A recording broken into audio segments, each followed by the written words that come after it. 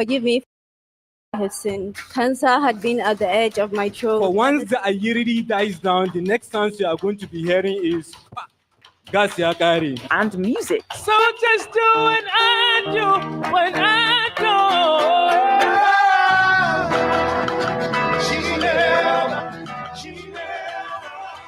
Join Nabila and Stephen from Thursday, May 2nd to Saturday, May 4th from 6 a.m. to 9 a.m. on Radio Now 95.3 FM, Lagos.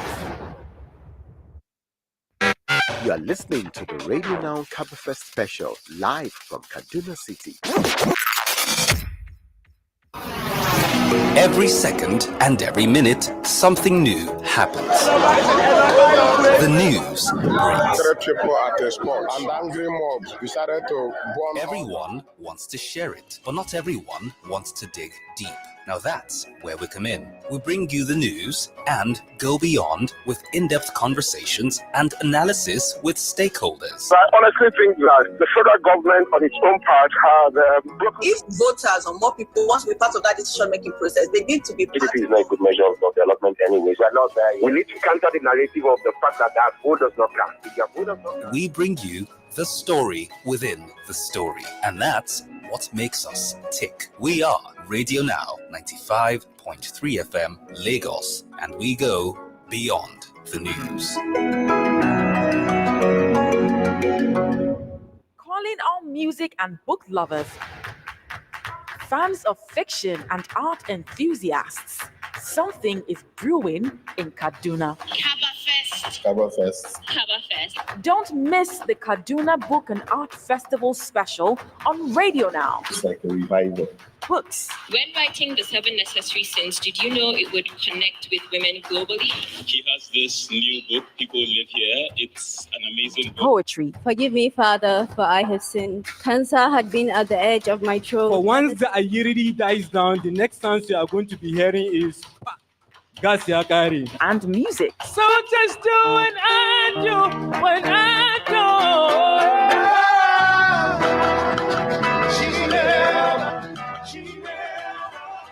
Join Nabila and Stephen from Thursday, May 2nd to Saturday, May 4th from 6 a.m. to 9 a.m. on Radio Now 95.3 FM, Lagos.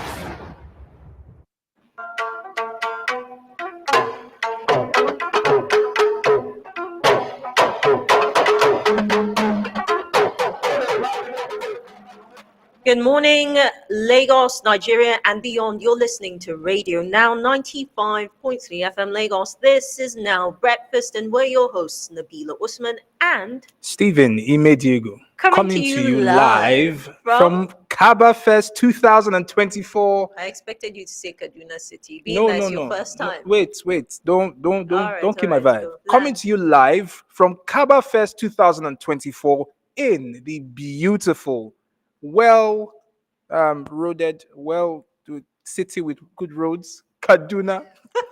I needed to put that in there because what happens when you bring a Lagosian that has been driving inside potholes. listen, Lagos people, you don't know what you are missing. I would say move to Kaduna, but I don't need traffic here. So please, coming to you from a city with good roads. Well, to all of you out there, it's such a pleasure to join you again live from up north here in Kaduna. We're going to get into the program, and the lineup promises great, fantastic, engaging, enticing conversations. But before then, let's have the news with Stephen. It's Friday, the 3rd of May, 2024, and you are listening to Radio Now 95.3 FM Lagos. I am Stephen Diego with the news at 6 a.m. First, the headlines.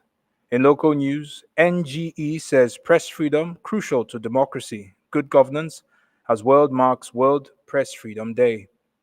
48 million Nigerians still practice open defecation, says Environment Minister. Police arrest suspected Abuja Kaduna train attack mastermind. DHQ to court-martial 2 personnel over Kaduna airstrike. In business and economy, Nigerian Economic Summit Group urges public sector to fast-track reforms. In showbiz and entertainment, Tony Abraham to release a new Alakada film in December. On the foreign scene, Pulitzer Prize Board praises student journalists covering campuses.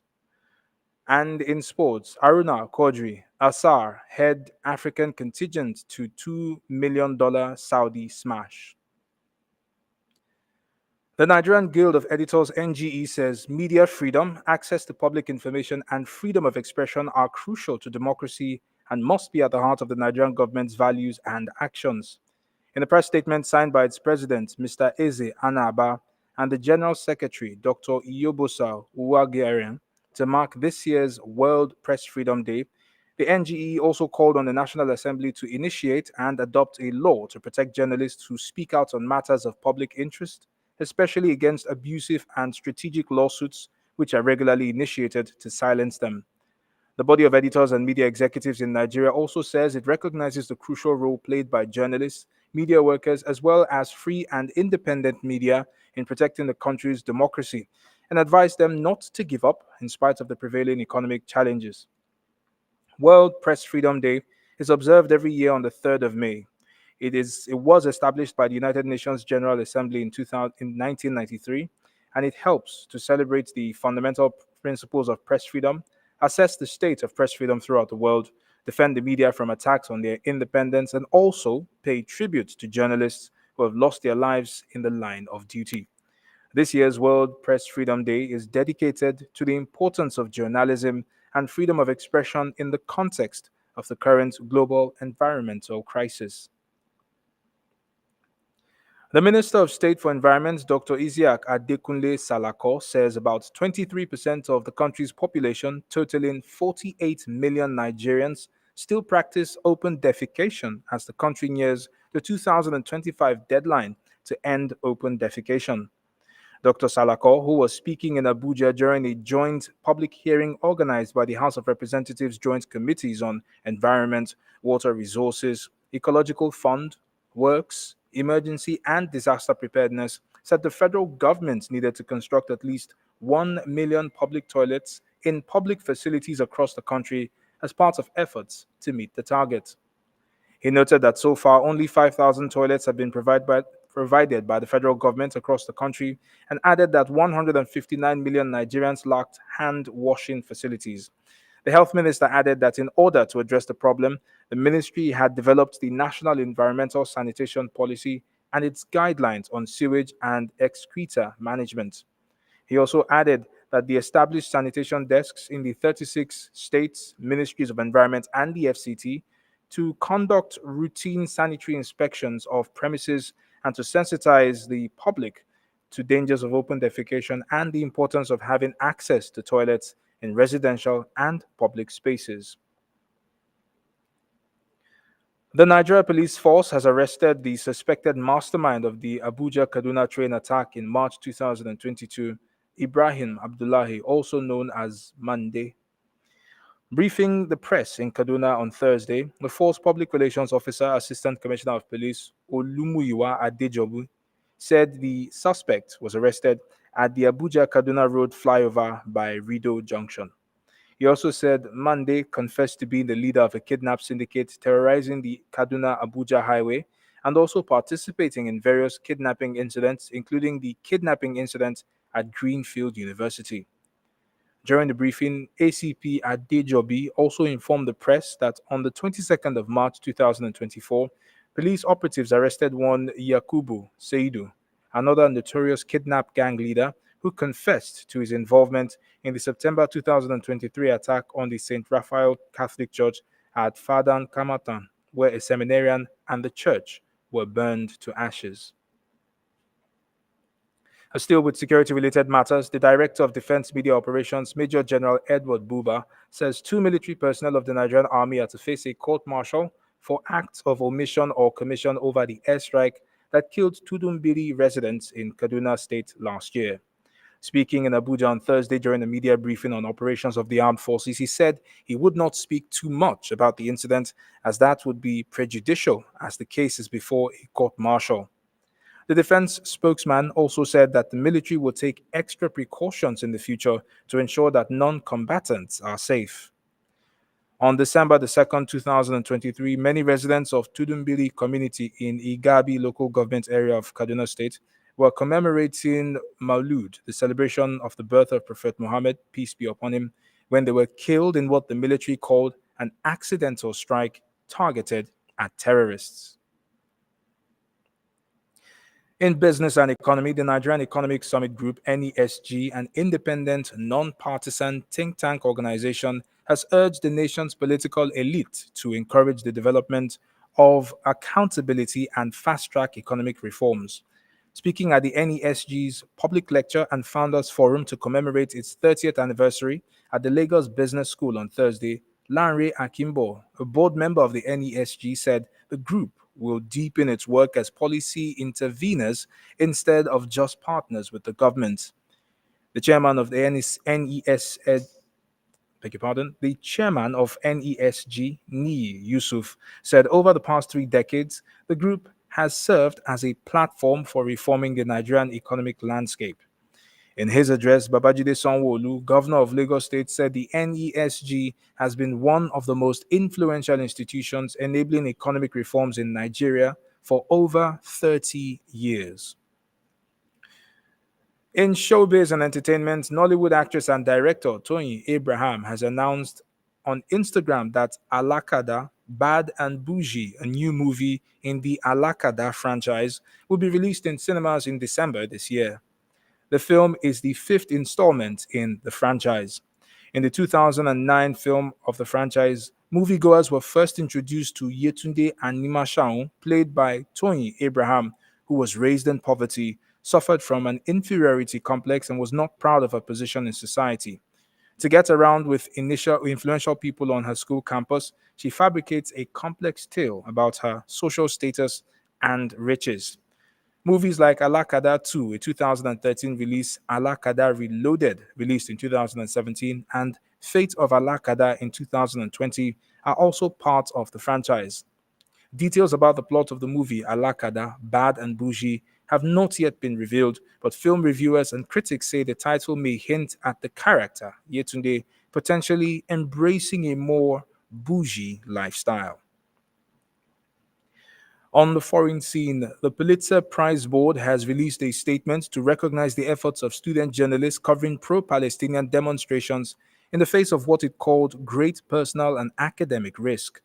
Ahead of the announcement of this year's winners on the 6th of May, the board said it wished to acknowledge what it called the extraordinary real-time reporting of student journalists at Columbia University, where the Pulitzer Prizes are housed, as the New York Police Department was called onto campus on Tuesday evening. The board also singled out for praise the efforts of student journalists across America's college campuses, who it says are covering protests and unrest in the face of great personal and academic risk. Additionally, the Associated Press says that 2,000 people have been arrested since mid-April when students at Columbia University in New York occupied their campus and set off a wave of student-led pro-Palestinian protests across the U.S.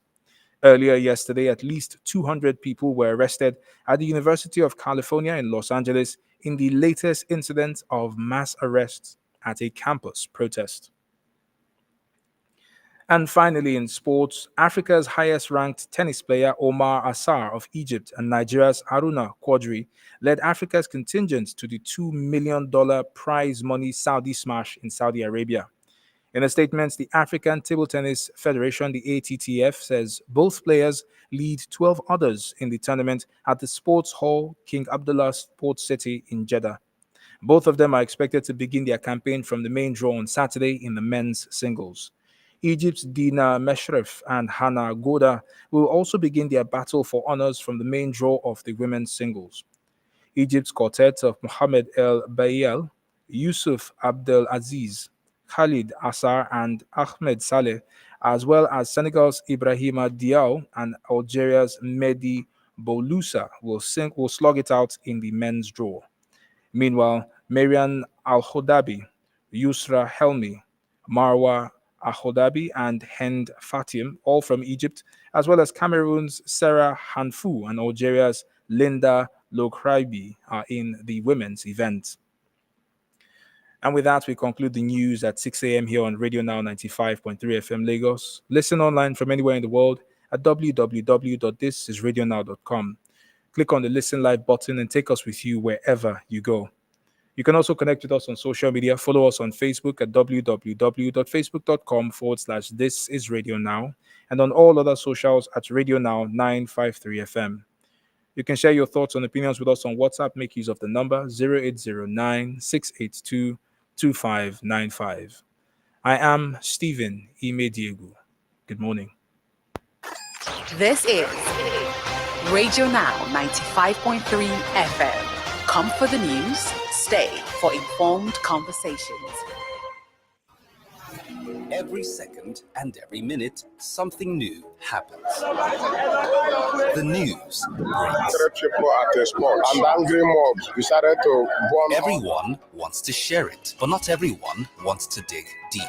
Now that's where we come in. We bring you the news and go beyond with in-depth conversations and analysis with stakeholders. I honestly think that the federal government on its own part has if voters or more people want to be part of that decision-making process, they need to be part. GDP is not a good measure of development anyways. We are not there. We need to counter the narrative of the fact that vote does not count. If your vote does not count. We bring you the story within the story, and that's what makes us tick. We are Radio Now 95.3 FM Lagos, and we go beyond the news.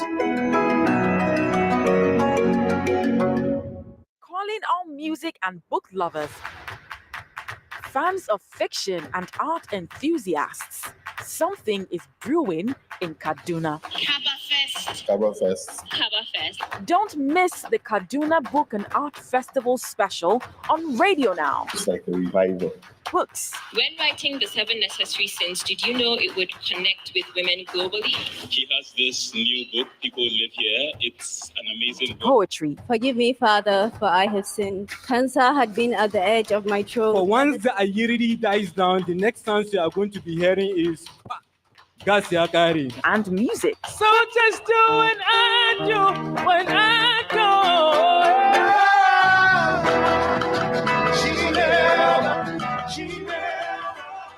Join Nabila and Stephen from Thursday, May 2nd to Saturday, May 4th from 6 a.m. to 9 a.m. on Radio Now 95.3 FM Lagos. We are Radio Now 95.3 FM Lagos.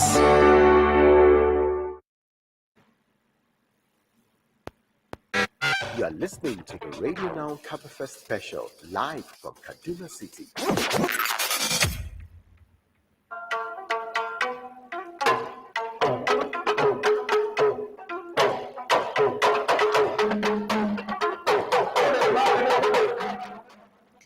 Welcome back. You're listening to Now Breakfast here on Radio Now 95.3 FM Lagos. My name's Nabila Usman here with my co-host Stephen Imediegu, and we're coming to you live from the heart. Well, I wanted to say from the heart of the Northwest, but technically we're on the edge of the Northwest, right? We're coming to you live from Kaduna State, right in the center of Kaduna City. The Kaduna Book and Arts Festival is in its 5th year, and Radio Now is in its 2nd iteration of the festival. We're so excited to bring you these conversations. Definitely. We are excited to see the sights, the sounds, and the general feel of a city that has, well, been quite far from us in Lagos, but now is right underneath our feet, in the air around us, in the music that we listen to. And I'm hoping in the food that we eat, because Nabila, I'll be honest with you, I haven't had anything local to Kaduna just yet. Yo. Look, let's give you a quick sense of what's coming up on the show this morning. Coming up this morning on Now Breakfast. The opening day at this year's Kabafest was witnessed by a lot of people, including the Executive Governor of Kaduna State, His Excellency Uba Sani. This morning, we bring you his speech and a conversation on what Kabafest means to Kaduna State. We'll also be discussing mental health when Joseph Ike, who's the Executive Secretary of the Kaduna State Bureau for Substance Abuse Prevention and Treatment, KADBUSA. Mr. Ike will join us to discuss mental health here in the north, but also expanding that across the entire country. And also speaking with us this morning is journalist and cartoonist Abdul Karim Baba Aminu. talking about what exactly the arts can do for national development and conversations that might normally be difficult. And what's a book and arts festival without a little poetry? Moyoshala Oluokure, who's a poet, will be joining us to discuss poetry here, right, on a personal level. She will perform for us and give us a sense of that, what do you call it now? Musical, lyrical. Tommy would be proud of me if I am able to put a third ickle. Adjective to this one. Yeah, no, that rhymes. Musical, Lyrical. whimsical. Okay, fine. Yeah, we'll take whimsical. I think that works. Tommy's proud of you. We're also going to be speaking with journalist and poet Hawa Saleh, whose film Surviving Long COVID was a part of the offerings at this year's festival. All these and more only here on radio, now 95.3 FM Lagos. And, without further ado, we'll be getting straight into it here at Kabafest. You are listening to Nabila Usman and Stephen Imediego at Kabafest. Starting off again with Governor Ubasani's speech. Governor Senator Ubasani has essentially promised that the Kaduna Book and Arts Festival will continue during his term in the number one seat here in Kaduna. So we're expecting that there will be a 6th, a 7th, and an 8th Kabafest, if we're counting 4 years within one term. And it's certainly an endearing thing to see what was the brainchild of one administration be adopted by another. And it gives you that sense and that idea that the arts, that literary conversations can, I won't say outlive politics, right? And this isn't negative politics. That's not even what I mean. It's just that it's so critical. Kind. It's politics of any Exactly. kind. If there's anything that should outlive politics, and I guess span our differences and help us to see the individual for who we are and the can I call it the community of our humanity. This is the influence of Tommy again.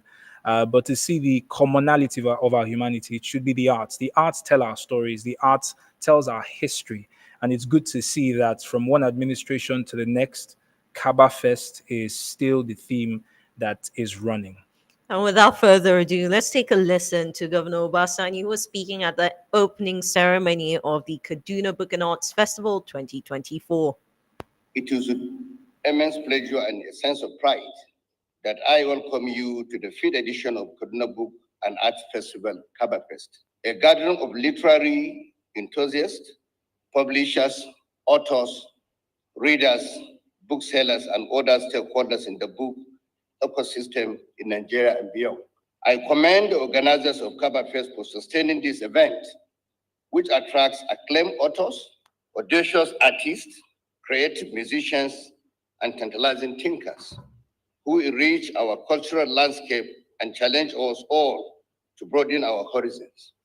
In the 5 years of existence, Kabafest has evolved into a beacon of cultural excellence and intellectual exchange, assembling talents from across Kaduna State, northern Nigeria, and beyond.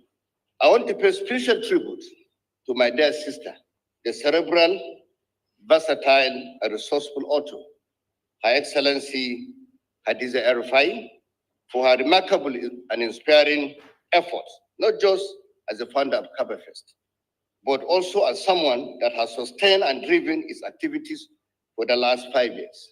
Her salutary effort has in no small measure contributed to the advancement of Nigerians' education, and in particular, the revival of breeding culture. At a personal level, I wish to express my gratitude to Her Excellency for undertaking to work on a book detailing my formative years, family life, career, business, years of activism, and foray into politics. I want to thank you for that. This edition of Kabafest promises to be memorable and engaging, continuing with the tradition of books, chats, panel discussions, and exploring the evocative rings of film and poetry. The festival also promises to be a feast of international delicacies and our own local, much-loved drinks and snacks. Going by the enthusiasm and the commitment of Kaduna State residents, it is clear that Kabafest is not just a festival. It has become a movement towards the establishment of a sustainable ecosystem for arts, providing young people with a platform where culture and commerce intersect fruitfully. Our administration has prioritized education because it is a leveler, a tool for mental and economic liberation. We are frontally tackling the key challenges in the educational sector in Kaduna State in 6 ways: improving access, building and rehabilitating education infrastructure,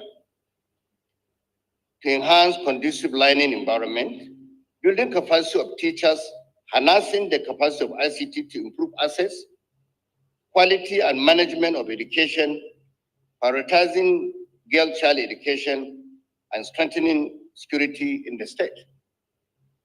Our approach is in line with the Sustainable Development Goal 4, ensure inclusive and equitable quality education and promote lifelong learning opportunities for all.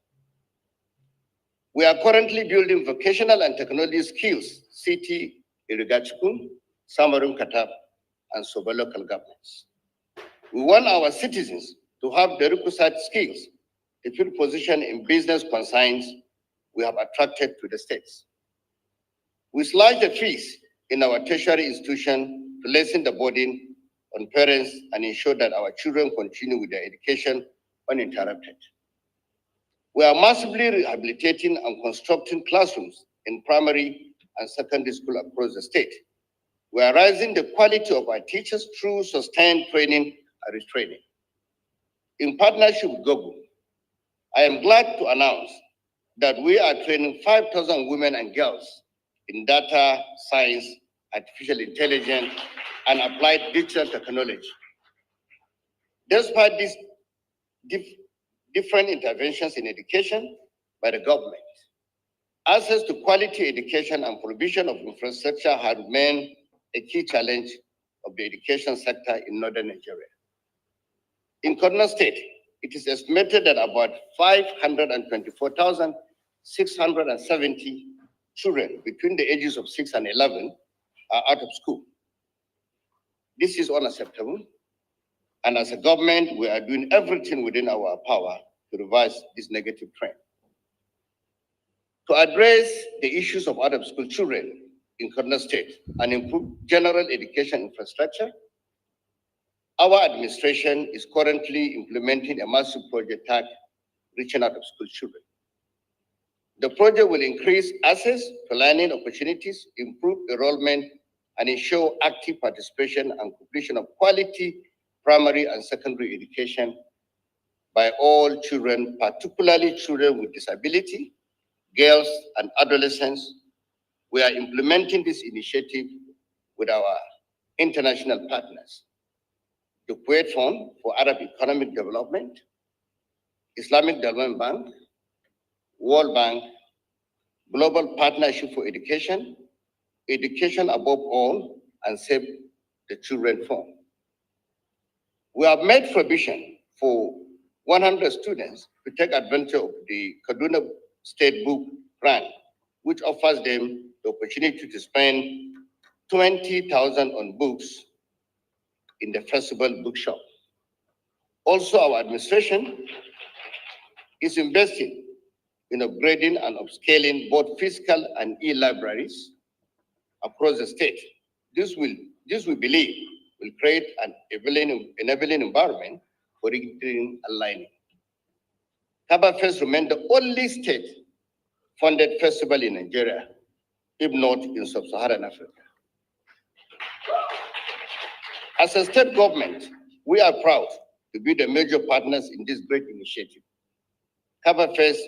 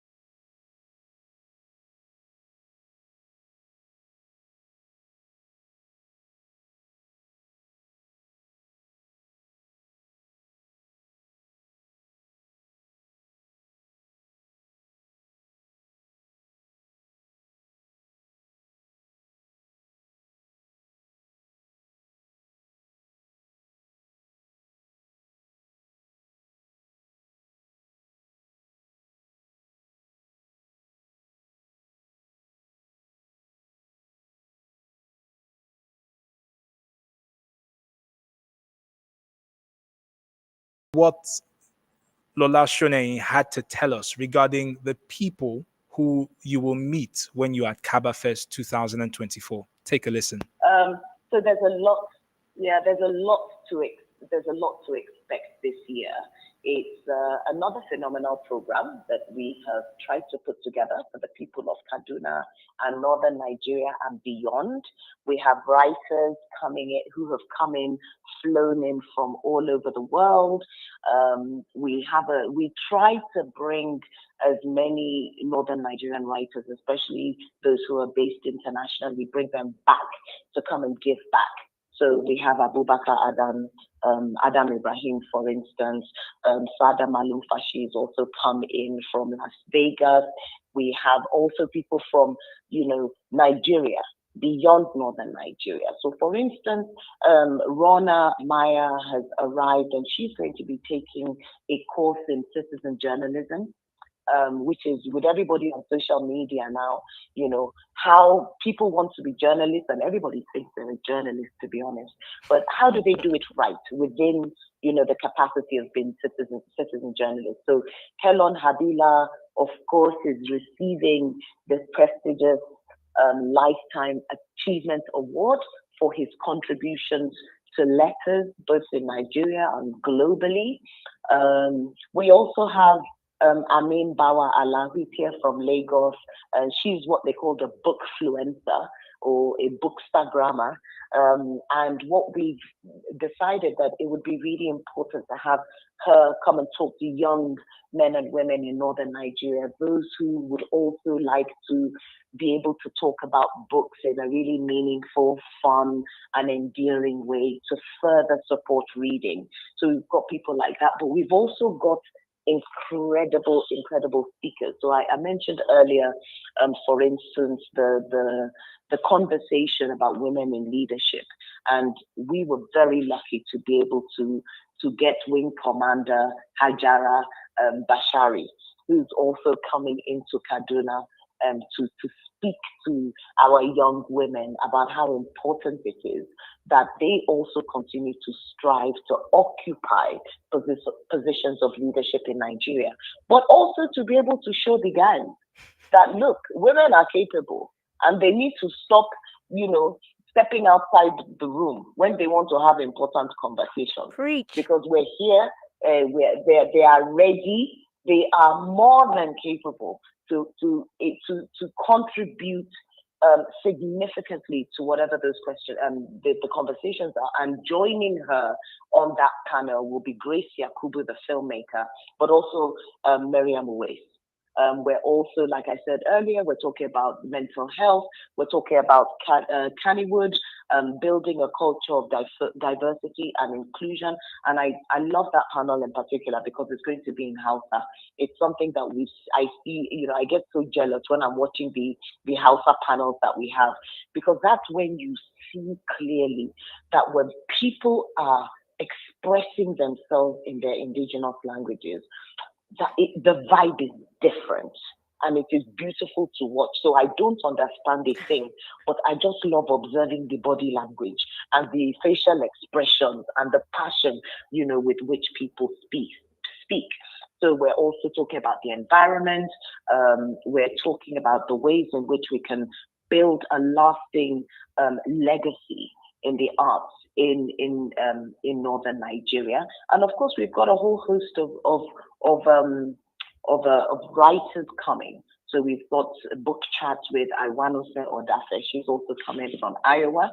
We've got Bisi Ajapon from Ghana. We've got Richard Ali and his fantastic collection. And this year, we also have multiple film chats, we're calling them. So there's one called Nefa, which is about the women who spoke up, a wonderful film, Shafi Nuhu. And also the other fantastic Hawa Saleh, the poet, has also produced a documentary on surviving long COVID, because she's been really held down and it's really unfortunate, but we want to hear the story and then we get to talk to her. And we're also watching, we have Ferdinand Adimefe and his colleague. They are doing the animation adaptation of The Passport of Malam Ilya. So they are coming to talk us through that. We're watching Rebellion. Shegun Arinze is coming, Chelsea Eze and Uzi Usman. And then, of course, the star events of Kabafest, which is the poetry night. We've got Mariam Buka and a whole host of incredible poets. And then Namenge and DJ Clint, DJ Sage are the two musicians who are going to perform for us. So the lineup is incredible. You are listening to Nabila Usman and Stephen Imediego at Kabafest. Well, there you have it, the curator of Kabafest 2024 with an explanation of what exactly to look forward to enjoy in this year's edition. And I will tell you, as somebody who was sitting on quite a number of sessions, the conversations have been mind-blowing. I will get into that in just a moment, but I have an axe to grind, and I'm grinding this one very, very seriously. My friends at Magic Carpet Studios, what you did to us last night, we will remember. We will remember it when we start to fund, your film, but we will also remember that we desperately need you to finish the passport of Malam Elia as soon as possible, because honestly, I don't think I've seen a Nigerian story that pulled me in that quickly within the first 30 seconds. The action that was demonstrated on the screens last night was beautiful. The fight choreography, I mean, please, I felt like I was watching Jackie Chan all over again. So please, let's get this done. Why don't I just interrupt Stephen, because he's already getting ahead of all of us. We are going to give you a sense of what day one was like. Stephen, can I get a drum roll, please? Nobody can hear your drum roll, please. Does that work? Why are we drum rolling? Well, Radio Now's Tommy Olubemi joins us on stage. Yeah. And the crowd goes wild. I mean, I don't think we've had Tommy's voice on Now Breakfast. Well, no, actually, we have him on Fridays from 9 to 9:30, but we've not had him this early. No. But we're very happy to have dragged you out of bed. Doing well. Good to have you here, Tommy. Tommy joins us on the conversation, right? So that we can discuss, again, just to give you a sense of what day one was like. I want to say explosive conversations, but every time you say explosive, like people expect that. That's one. Two, I'm sorry, but I think about diarrhea. I was going to say... It's not a word that captures... I was going to say you should probably not expatiate, because when I hear explosive, I think about, all the troubles that we faced as a nation. I never thought in that direction. There's definitely, most assuredly, some help that needs to be offered to you to help some sort help out that this. needs to be offered. Look, Nabila, I mean, seriously, the conversation about explosive then going to the stomach, I would tell you I have PTSD, because it's There's worrisome. this poet, simply say "oh," is Shayo, right? British Nigerian, and I assume that at this point, with all the explanation I've done, I'm a poet. I'm poeting the thing. Look, which really does not make sense. I'm gonna stop now. Well, I will continue by saying that day one was welcoming. I think for everybody who was at day one, it was that there was this sense of relief. There was a huge sigh of relief in the room, not just with being there and seeing that Kabafest was happening, but also after hearing the governor talk about everyone should enjoy the day, because we are going to see more editions of Kabafest under his administration. So this is 5.0. We're looking forward to 6.0, 7.0, and 8.0. That will span the 4 years of his administration. And in the event that, he runs again and wins the seats, we're looking at another 8 years, but, rather another 8 editions, I should say. So our quickest apologies, because we know that you didn't hear Tommy's scintillating voice earlier. Tommy, speak. Oh God, we have died. Resurrect us again. Tommy, your voice is so, bring us back to life. Life-giving. I don't deserve any of this, but I'll take it. I like to give life. I take away strife. I told you guys that Tommy has a bad habit. But yeah, Tommy joins us on stage now to give us he's our reviewer, our recapper. So give us a. Oh yeah, so how was yesterday? yesterday was quite It's exciting. your first time in KD, by It the is way, so you actually, should, yeah. pepper that Okay, somewhere in. yes. It was a very, very exciting day yesterday. We had 2 book chats, 1 film chat, a film presentation, which was a huge tease, as Stephen has mentioned earlier. And we had a conversation around confronting the mental health crisis in northern Nigeria. And we had really, really interesting conversations. I found the mental health conversation very interesting. Why? Because when they asked for questions, right, almost everybody raised their hands up. Raised their And hands I up. mean, And- you as the presenter of of Mindspace, so of course. I have that bias. But yeah, I found that really interesting. I also found the conversation with BC Ajakpon about her book Daughter in Exile, pardon me, very interesting, because we had this elongated conversation about emigration and people who About the Jackpot syndrome. the Jackpot syndrome, and people who jackpot illegally or jackpot for a while and stay illegally, and instead of coming back to Nigeria to just face life, pride keeps them abroad. I mean, because they you don't go want to to come a back. country where everybody, not a single person will pronounce your name properly. Yeah. When she said that in the US, it's called Baisai. By side, sort of BC. At least yeah. in Nigeria, like, I don't know, 45% of people will pronounce your name well. Yeah. At least they didn't call her busy. More, at least. At the least. base It's- margin is 45%. That's a fair. I that's say a fair it because, number. my northern brothers yesterday said Japa. Thank God I can say Japa. And during the film chat, when Ferdinand Ademife and Isaac, Matthew were discussing their animated movie, The Passport of Malam Ilya, I enjoyed the conversation around new colonialism in terms of Africans owning their IPs, right, their intellectual property, and America and big studios abroad trying to acquire these. And he was saying that this is a form of neocolonialism. So, we should strive to own our own intellectual property. So I found that quite interesting. Well, it was a good point to make, and it reminds us of the need for us to hold on to what is ours. Kabafest is ours. We're glad to be able to hold it this year, hold on to it for another year, looking forward to next year, as well as all of the stories that will be told during the course of the next couple of days. Speaking of stories, I think there's a storyteller we're supposed to speak with this morning. The one and only Muyosola Olowokure is in the building. All We're right, going tell to me, come to her in as just you a can bit. hear, Stephen has already chased you I off know. stage. It's fine. Thank you. I'm glad we have a poet. Thank you, Tomi. Radio Now's Tomi Olugbemi giving us a sense of the conversation, day 1 of Kabafest. Now, of course, we will be bringing Moyo up on stage. You've heard her poetry, by the way, on radio now a couple of times. So we've got her live, direct. You can hear directly from her, the horse's mouth. This is the horse's mouth. Okay, the horse's mouth. So in just a moment, Moyo joins us. On air, online, and on your mobile. This is Radio Now 95.3 FM Lagos.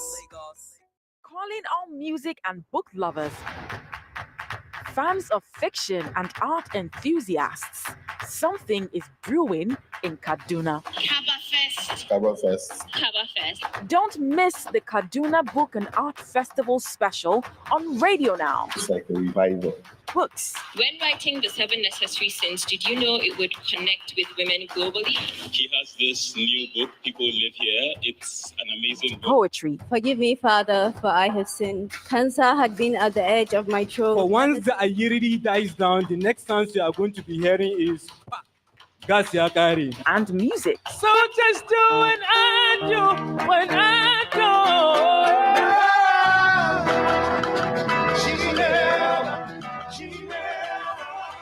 Join Nabila and Stephen from Thursday, May 2nd to Saturday, May 4th from 6 a.m. to 9 a.m. on Radio Now 95.3 FM Lagos. Connect with us now via our social media channels. Facebook.com/RadioNow953FM. We're on Twitter too. Connect with us there and get involved. At Radio Now 953 FM. 953 FM. Like what we do? Share it on your socials and tell everyone. Want to see some more of us? Head over and meet us on Instagram. At Radio Now 953 FM. Get in touch. We'd love to hear from you. You are listening to Nabila Usman and Stephen Imedego at Kabafest. Yes, you're welcome back into it. It's still your Beyond the News Stations Now Breakfast coming to you live from Kabafest in Kaduna. And this morning, our conversation switches in a jolly direction as we speak with Moyosola Olowokure. A jolly direction. It is a jolly direction. When I hear jolly, I only think about the Brits. Hey, aren't you jolly? I just think about it. Oh, he's a jolly good fellow. Or in this case, she's a jolly good fellow. Well, this jolly good fellow is a poet who creates timeless audio visuals to drive psychosocial and spiritual transformation in the hearts of all of her listeners. And if you've heard any of her poems, which we've played on radio now before, you know that this is not boast. It's not bobo. It's the real juice. Moyo Sola Oluwokure, good to have you with us in the studio today. It is good to be here. Thank you for having me back. How was your experience of Kabafest 5.0? It's been brilliant. I think this is my first Kabafest, which is a bit of an embarrassment. That's sacrilegious. It's a bit of an embarrassment because you're shaming me in public. Because I'm so sorry. No, you don't need to apologize. It's also my first Kabafest. You are expected. What? I grew up. You should be exactly. ashamed. I grew up here, and this is my first Kabafest, so I'm really excited. I'm happy to be here. We've had your poetry on the station many times before, and I know you're about to perform something for us, but perhaps you want to give us a sense first of where you typically channel your creative energies, how your poetry comes about, why you pick specific things to write about. Okay, I love that question. I think that when I write, I always try to be as honest as I possibly can be. And that just means writing about things that I genuinely care about. So I'm not one that works so well with, write about this topic, right? I like to write about things that I care about. And so that just basically means that, I'm a Christian, right? So I read the Bible a lot, and that inspires me to write most.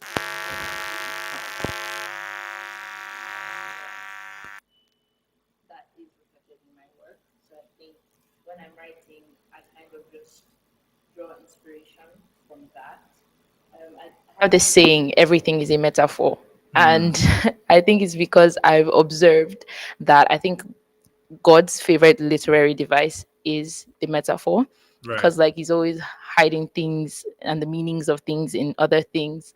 And I love doing that. So when I write, I try to reflect that and make things stand for other things. So yeah. With this layup, I'm ready to go for the basket and say that I really want to hear your new poetry. I've seen the visuals on YouTube, but I really want to hear it now. And I think Lagos, Nigeria, and everybody in Kaduna would like to hear it this morning. All right. So Lagos, Nigeria, Abuja, Kaduna. Here is Moyosola Olowokure, and she's performing her new poetry, Sex is a Kind of Death.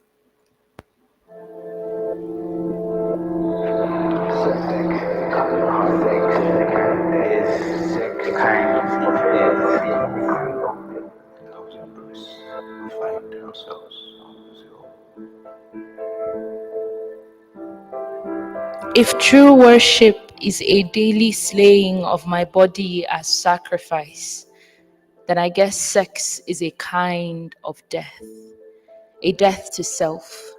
Rise to heights of heat and fall to stone. Put your needs above my own. Hold my breath to hear you moan. I want to please you so much that I don't mind dying in different ways. In many different ways, as long as it is your body that buries me. I won't have a single regret. You see, my only request is that I die in honor and stay dead in peace. I do not want my bones scattered careless in fields like feces. Sounds gross, but that's what happens when I choose to bleed out for just anyone. And see, those old hands, they'd always hold me with shakes. Never sure, never safe. They planted vineyards in my mind that were overrun with vermin. And see, in many ways, I am no longer a virgin. Been caught sneaking out of dark rooms, treating deep cuts like surface wounds while pressing down the fruit of this womb with birth control. Tell me, how do we heal this soul if we don't first save it? Who best to teach us how to love a body if not the one who made it? Moving forward, I will choose who gets to spread and pierce this belly, who gets to eat this heart, whose shoulders I will grip until gushing like water in a fuel tank. Not everywhere you fit in is where you belong. And see, I have fit in many spaces, sang songs in many places, but I'm dead on when I say where I'm meant to be is where your face is.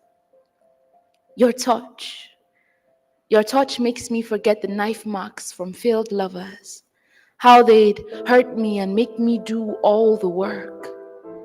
But you are good at heavy lifting. And I'm grateful. So I want to stay. I want to stay. I want to stay faithful.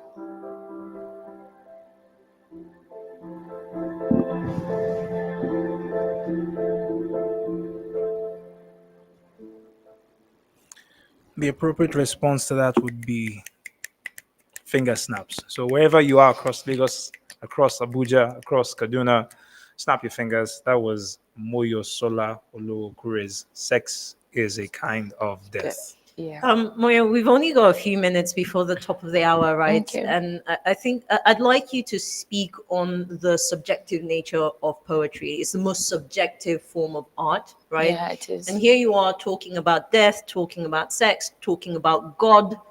Anybody listening could think about it from a different perspective. Talk to Yeah. us about how you want people to approach this piece. So as an artist, I have my intentions, but I am always receptive to what a piece does to someone authentically, right? Aside my intention. But the intention for this piece is an understanding of the importance of loyalty when one is approaching God.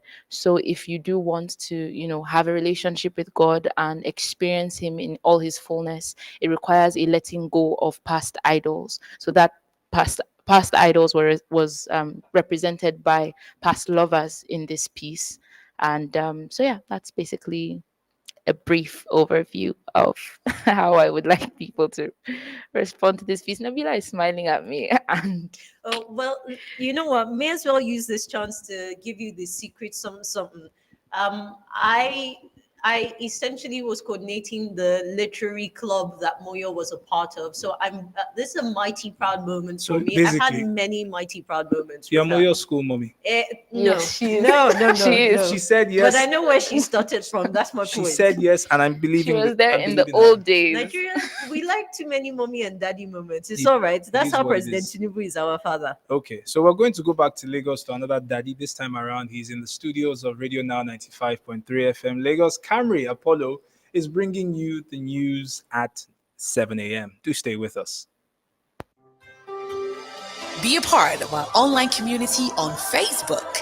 Like our page on www.facebook.com/This Is Radio Now to join every conversation on air and get up to date news information on the go.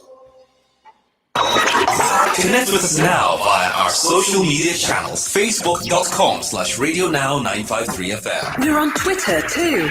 Connect with us there and get involved. At Radio Now 953FM. 953FM. Like what we do? Share it on your socials and tell everyone. Want to see some more of us? Head over and meet us on Instagram at Radio Now 953FM. Get in touch. We'd love to hear from you.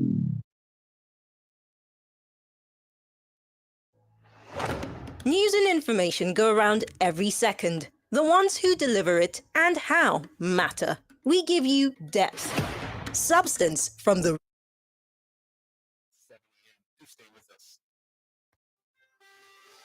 Be a part of our online community on Facebook.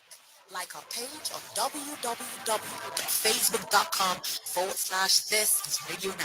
So join every conversation on air and get up to date news information on the go. This is Now Breakfast. Technology is constantly evolving, and artificial intelligence is powering everything around us. So for nations to continue to survive in the world where artificial intelligence is now everywhere around us.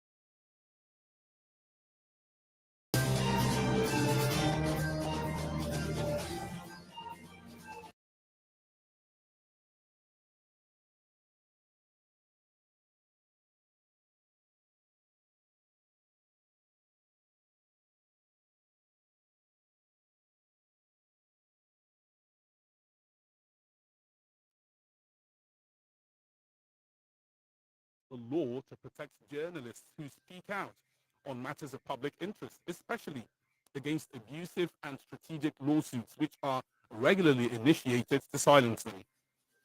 The body of editors and media executives in Nigeria also says it recognizes the crucial role played by journalists, media workers, as well as free and independent media in protecting the country's democracy, and advised them not to give up in spite of the prevailing economic challenges. World Press Freedom Day is observed every year on May the 3rd.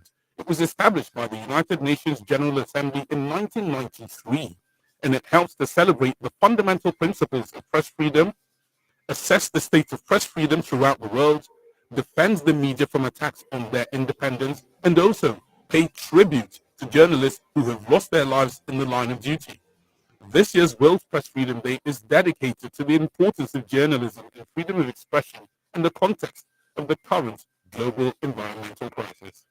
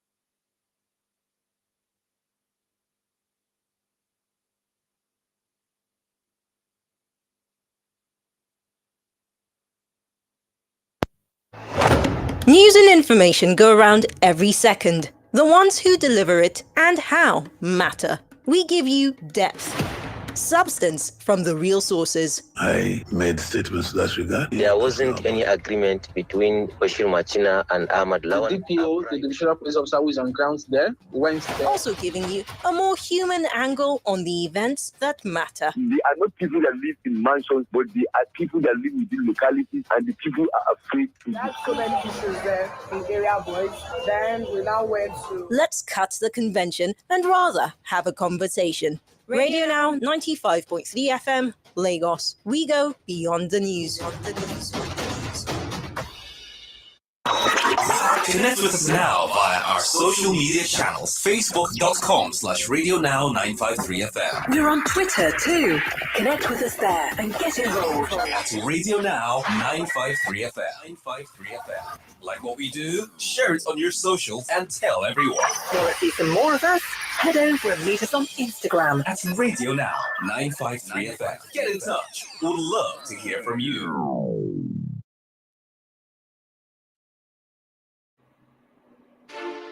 The news that matters the most is the news that hits closest to home.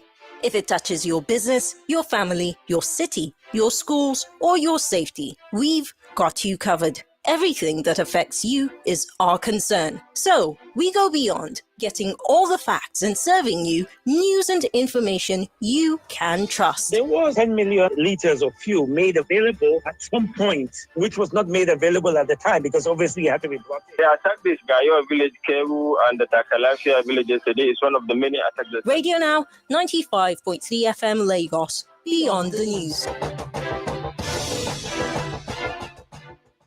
Calling all music and book lovers, fans of fiction and art enthusiasts, something is brewing in Kaduna. Kabafest. Don't miss the Kaduna Book and Art Festival special on Radio Now. It's like a revival. Books. When writing The 7 Necessary Sins, did you know it would connect with women globally? He has this new book, People Live Here. It's an amazing book. Poetry. Forgive me, Father, for I have sinned. Cancer had been at the edge of my throat. But once the Ayiridi dies down, the next sounds you are going to be hearing is Gas Yakari. And music. So just do what I do when I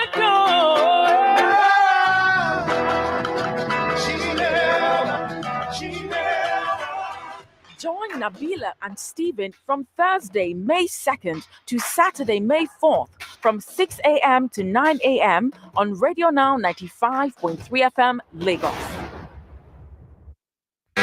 You are listening to the Radio Now Kabafest special live from Kaduna City.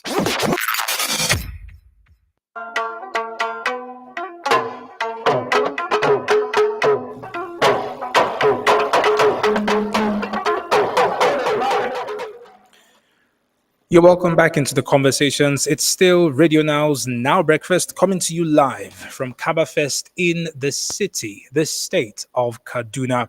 And our conversation this morning looks at drug abuse. Drug abuse or substance abuse refers to the use of certain chemicals for the purpose of creating pleasurable effects on the brain. Now, this morning, we're going to be speaking with a gentleman right here in Kaduna whose job it is to help those who are facing drug challenges. We're speaking with the Director General of the Kaduna State Bureau for Substance Abuse Prevention and Treatment, KADBUSA, Mr. Joseph Ike. KADBUSA, under the Director General, has been focused on preventing the treatment, the care, and the provision of support services for people with drug use disorders and other mental health problems. Mr. Ike, you're also a creative, and we know that we hear that you found a number of creative endeavors. We are glad to have you with us in the studio this morning.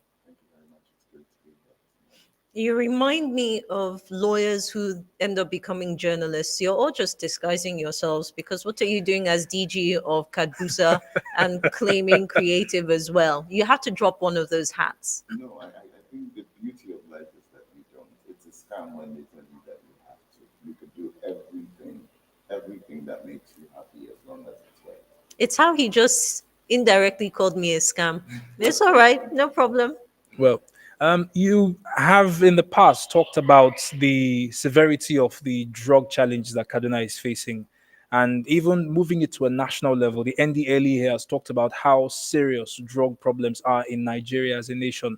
But in a conversation that you held, which I listened to and read up, one of the things that you talked about were the numbers specifically, and you were talking specifically about Kaduna State.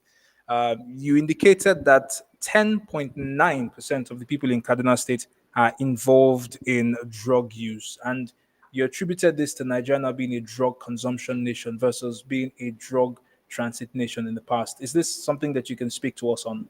Yes, I think when we say this, it's important for us to be clear that drug use and drug abuse are not necessarily the same thing. So yes, there is a, as at the last UNODC country report on Nigeria, there was a prevalence of about 10% in Kaduna of drug use. Now, when we talk about drug abuse, like you said during the introduction, that's when people use drugs mainly for recreational purposes, but in a manner that causes harm to them or others around them. So there is that element of risk and harm that must be present before we could say this is abuse. And then beyond abuse, we have something known as a range of a spectrum of disorders that have to do with dependence, where someone can no longer function on some level without actually using drugs. And I think what most people think about instinctively when we talk about drugs is dependence, because that's what we know when we have loved ones, we have friends, we know people who are not able to stop even when they need to and when they should, when it's clearly doing them harm. So that's a completely different health concern. But yes, you are right. If someone doesn't use drugs, they can't abuse it or become dependent on it. So, as a whole, if we can just get people to make other choices in terms of what they do to achieve pleasure or relaxation, whatever it is, rather than going the path of drug use, that would be a better outcome from a health perspective. I'm curious about the numbers. Every time we discuss drug abuse in Nigeria, I think about a report, a UNODC report I read that looked at Nigeria in the 80s. And as of then, they were projecting that, look, in 20 years or so, Nigeria would be a destination, a source, a transit point for drugs across the region and the rest of the world. And if you've listened to the news recently, you'd have seen maybe Stephen will help me with the Igbo word, but in the southeast, we had issues with labs that were being found producing In the east is referred to as Mkpuru Mmiri. Mkpuru mmiri. Thank you. I might forget that later. That's all But right. and then up north, you've got the codeine issue. Kabafest happens to have Rona Maya, who was the journalist that did the Sweet Sweet Codeine documentary, right? And we saw what the government did after that. We have the weed issue. There's a debate on whether or not weed is harmful, to what degree should it be legalized. Our lawmakers have tried to debate that a few times. So what I'd really like you to do is describe for us just how critical of an issue this is. If you have numbers, it would be good to get some numbers. Okay, so one of the things that we desperately need to do is to update the numbers that we have. The last comprehensive household survey we did, and I think it's the most in our history. It's the most comprehensive survey we've done on drugs. Is the country report that the Federal Ministry of Health, the UNODC, Nigerian Bureau of Statistics did in 2018. 2018 data is great as it is more recent than 1980s data, but 2018 is a long time ago. In today's world, things change very, very rapidly. So we need a system not just of gathering a baseline data, but also of updating that data regularly. We should have these data on an annual basis to be able to track progress, but we don't presently. It's something that we're taking very seriously in Kaduna, and we're putting the necessary mechanisms in place, working with the Kaduna Bureau of Statistics and other partners to conduct a household survey in Kaduna towards the end of the year, to get a sense of where exactly are we with numbers of what you're talking about. Now, you mentioned Murumiri, which while most people think it is a novel substance of abuse, it actually isn't. It's crystal methamphetamine. In places like Abuja, Lagos, and other cities, it's called ice. So it's something that most people understand that is quite common. Just to interrupt you for a moment. Mm. I mean, what seems novel, and you Mm. can correct me here, is the number of labs we've discovered, the fact that it's being produced here in the country. And in that sense, I think you're very right. The big challenge with crystal methamphetamine and amphetamine-like substances in general is that they can be produced, they can be manufactured here in labs that are clandestine. These labs are terrible. I mean, one of the things we know, for example, is that it takes about 8 years to clean up the environmental damage from one of these labs. It seeps into the water table. It's devastating to have these labs, but then we know that they are present, and it's very difficult to identify them, police them, and stop them. So it's something we really need to be careful about because, like you rightly said, people are abusing these drugs here in Nigeria. So it's being manufactured not necessarily for export, but for domestic use. And that's a major problem. That's a very big problem. The extent of that problem, I don't even think we have a full grasp on. And it's something that we really do need to invest in, not just understanding, but in responding to as quickly as we can. Now, in 2022, you talked about what Kaduna is doing to address the drug problems. You described it as engaging in the legislative and the legal framework, first of all.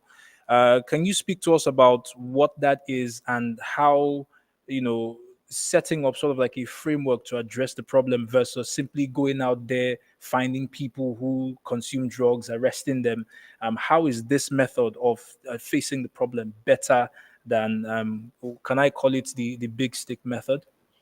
So I think what I meant at that time was that Kaduna has a law, and it's a law on prevention and treatment of substance abuse.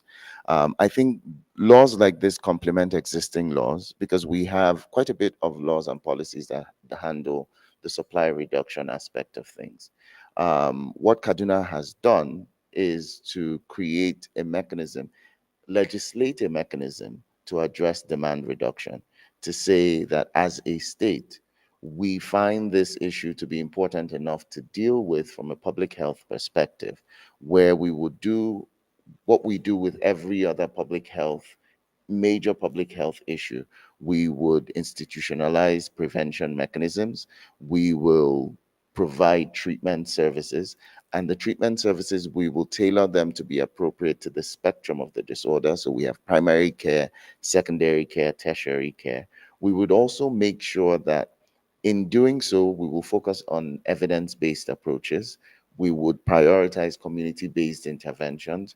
We would ensure that everything that we're doing is available, is accessible. It's something that people can understand. And we're not just saying this for saying sake. We're putting it in writing. We're legislating it. We're putting the necessary frameworks to deliver on this. We're putting it in our budget line. We're making this such that, it's not just talk. It's not just, random programs here and there. It is something that is part of a system. To put it in perspective for you, this year, one of the main things that the world is prioritizing when it comes to drug use issues are prevention services. But with prevention services, the big question we're asking, and I don't just mean in Kaduna now, I mean on a global scale, is how can we build systems to deliver on prevention? There is really a talk now about putting things into systems, or rather building systems, rather than isolated interventions, which we're a lot more used to. You get a little bit of money, you get a little bit of support, you do yours, I do mine, you do yours, she does his. But can we start looking at structures and systems, because they're more sustainable, and most importantly, they're more scalable. If you have a system that is operating in a community, it's easier for you to scale that system up to the local government and scale it up to the state, and then maybe even scale it up nationally. Isolated programs, maybe not so much, because I mean, you know how diverse Nigeria is. So that was what I meant when I was talking about how we have the laws, we're looking at the frameworks, the policies, but then we are also, as aggressively as we can, implementing the programs, and building the systems that we need to address the issue. I'm encouraged by the idea that we are conscious of the global conversation, how we need to tweak it for our own reality. I'm curious about how much synergy we're seeing between the subnational levels and the national level. The NDLEA in the last 5 years or so has been revamped. I remember traveling between Abuja and Kaduna by road, and for the first time, I think, in my whole life, I did see an NDLEA checkpoint where, they were looking out for substances. And in bringing that synergy into conversation, I'd like you to speak to us on also how drug abuse and mental health are related, and the extent to which government across the levels seem to be aware of what we're doing about it. So there is a very strong relationship between drug abuse and mental health. For starters, both actually act on the same organ. We're talking about the brain. So when you take something to feel high, you're affecting the brain. When you have anything related to mental health, we're talking about the brain. Um, like I mentioned earlier, drug use disorders are classified as mental illnesses. In fact, the WHO classification, when we talk about mental health, is mental, neurological, and substance use disorders. So those are the three broad categories of illnesses that fall under what we typically talk about as mental health or mental illnesses, sorry. So there is a relationship there. Now, one of the things, though, that I think in common speak, when we talk about mental illness, we're talking about psychotic disorders or other mental illnesses. We typically don't include substance use when we're talking about that. From that perspective, we also have a common misconception, which is that there's a causal relationship between drug abuse and mental illness. What I mean by that is when you abuse drugs, you will go mad. That's what we typically understand. Now, it's not necessarily causal. We know there's a relationship between these two things, but we don't know that this necessarily always causes this. What's interesting to note is that when people have certain mental illnesses, it actually does drive them to use drugs. So that relationship is not unidirectional. It's not drugs that lead people to mental illness. We also know that mental illnesses lead people to drug use. So it's a chicken and egg situation. Which comes first? What is truly the nature of that relationship is an ongoing question for research and all of that. But regardless of which it is, what we know is if you are using substances, there's an increased risk of other mental illnesses. And if you do have an existing mental illness, there is a huge chance that if you do use drugs, it will make things a lot worse. So while we know there's a relationship, we know this is a relationship that is not a positive relationship. It is one that we need to be mindful of and to address where we see both. What I mean by that is if a patient comes in or a client comes in and they have a drug use disorder, we need to make sure they don't have another mental illness, because if they do, we have to manage both. Otherwise, the prognosis for both are not good.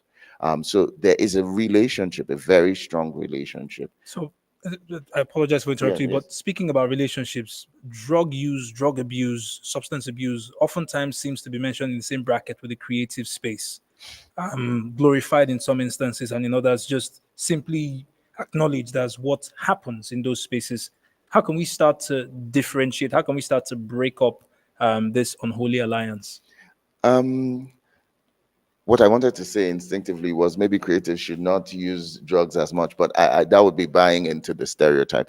I mean, stereotypes oftentimes are not the truth of a situation. They are convenient. They're summary. We just assume them because we say, okay, it's stereotype. Igbo boys are fine. Well, I mean, in most cases that is true, but then no, I'm just giving you a common stereotype. Sorry. But in some cases, it may The not problem really. is the Ike and the Imediegu here. Oh, But okay. go I on. didn't even realize that.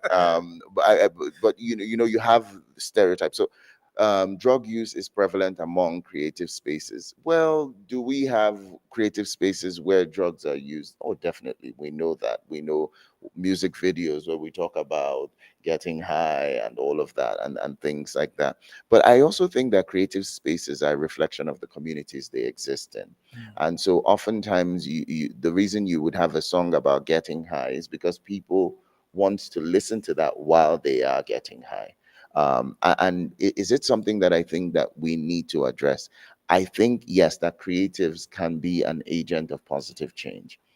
And when it comes to mental health, when it comes to drug use, I certainly believe that there's a huge part for creatives to play, particularly when it comes to sensitization of the general community on the real issues involved in these in what we're talking about with mental health and drug abuse. A sense of responsibility and fixing the problem. We just spoke with the Director General of the Kaduna State Bureau for Substance Abuse Prevention and Treatment, KADBUSA, Mr. Joseph Ike, and he talked extensively about what his agency is doing to address substance abuse and drug use in Kaduna State. And I would like to say to everyone who's watching and listening, please don't do drugs, whatever you do. This is still your Beyond the News Station, Radio Now 95.3 FM Lagos. Now Breakfast is coming to you from the city, the state, the people of Kaduna at Kabafest 2024. Do stay with us. Be a part of our online community on Facebook. Like our page on www.facebook.com/This Is Radio Now to join every conversation on air and get up-to-date news information on the go. On air, online, and on your mobile. This is Radio Now 95.3 FM Lagos.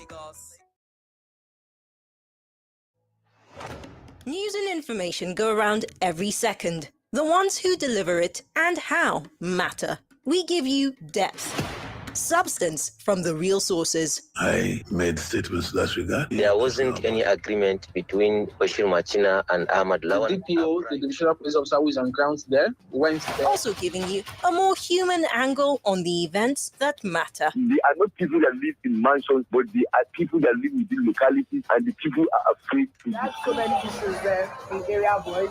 Then we now went to. Let's cut the convention and rather have a conversation. Radio Now 95.3 FM Lagos. We go beyond the news. Calling all music and book lovers, fans of fiction and art enthusiasts. Something is brewing in Kaduna. Kabafest. Don't miss the Kaduna Book and Art Festival special on Radio Now. It's like a revival. Books. When writing The 7 Necessary Sins, did you know it would connect with women globally? He has this new book, People Live Here. It's an amazing book. Poetry. Forgive me, Father, for I have sinned. Cancer had been at the edge of my throat. For once the Ayiri dies down, the next sounds you are going to be hearing is Gas Yakari. And music. So just do an angel when I go.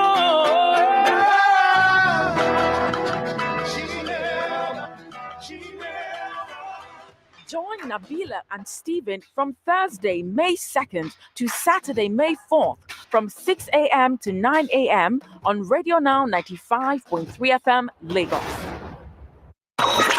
Connect with us now via our social media channels. Facebook.com/RadioNow953FM. We're on Twitter too.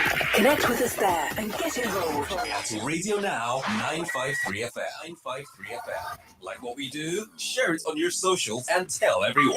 Want to see some more of us? Head over and meet us on Instagram at Radio Now 953FM. Get in touch. We'd love to hear from you. You are listening to Nabila Usman and Stephen Imediego at Kabafest.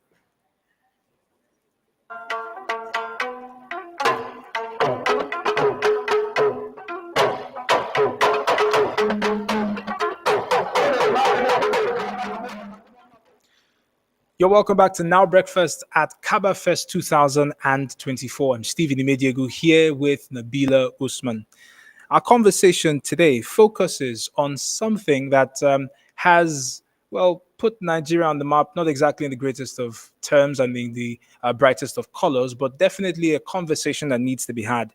I mean, the last few months, the National Assembly has been urged repeatedly to sign 5 bills into law. 5 bills, which you will remember from the Ninth Assembly. These are bills that would, one, provide special seats for women at the National Assembly. Two, affirmative action for women in political party administrations. That is 35% of executive positions. Another is the bill to grant citizenship to foreign-born husbands of a Nigerian woman. The fourth, a bill seeking to give married women a choice on state of origin. And five, a bill seeking at least 10% affirmative action in favor of women in ministerial appointments. Now, these 5 bills were thrown out by the Ninth Assembly, and it saw women lead protests, excuse me, as well as receive condemnation from a large swath of Nigerians.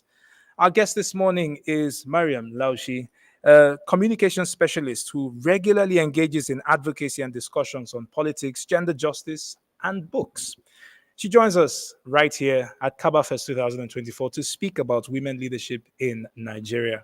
So I do want to tack on to that introduction as part of why Miriam is in a perfect position to have this conversation with us. Miriam is part of the, I don't know whether I would call you guys the original set of people who lobbied and drove and successfully saw the Not Too Young to Run movement become a bill, become a law, and now we have people in their 40s in significant positions in the country across subnational and national level. And Miriam, I mean, I can only imagine how much gratification doing that was, especially in a country like Nigeria where we believe that getting change is a difficult thing. Was it worth it? Yes, absolutely. I think that it was difficult, but it was time. And a lot of advocacy, a lot of strategy comes into doing something like that. And it's great when you see young people really begin to take positions that they should be a part of. I think it's been great apart from political positions because we've seen the youngest members of state parliament and national parliament in their late 20s and even early 30s. So it's really beautiful to see that this change is there. But what really is the issue is that you find a lot more young men than young women. And this brings us essentially back to today's conversation, Yes. the conversation around gender. There's a panel yesterday where the poet and journalist Hawa Saleh said gender is in everything. She was happy to bear, I don't know whether I would call it the bad news or the good news. Yeah. So yeah, maybe you want to do that. Lay the foundation. When you look at Nigeria, what do you see gender-wise in positions of governance? Not great. I'm gonna try not to use any terrible words, but it's not great. I think culturally as well as politically, we don't give women the space to participate at the level that they should. So, for example, one thing people may not really be aware of is how northern Nigerian women, for example, are really active in the political space. However, women are preferred when it's time to get votes, when it's time to rally the market women, but never when it's time to get appointments, to hold positions, to run for office, to win their candidacy in a political party. And we get to see that when we look at our representation in parliament. I mean, Nigeria is really lagging behind because we have, I think, less than 7% of our parliament women. We don't have any female governors. We had a couple who came close in recent years, but nobody has really done it. We have about, I think, in the northern region of the country, we have about 2 female deputy governors, which is really big for us. I mean, that is already something, but we need a lot more than that.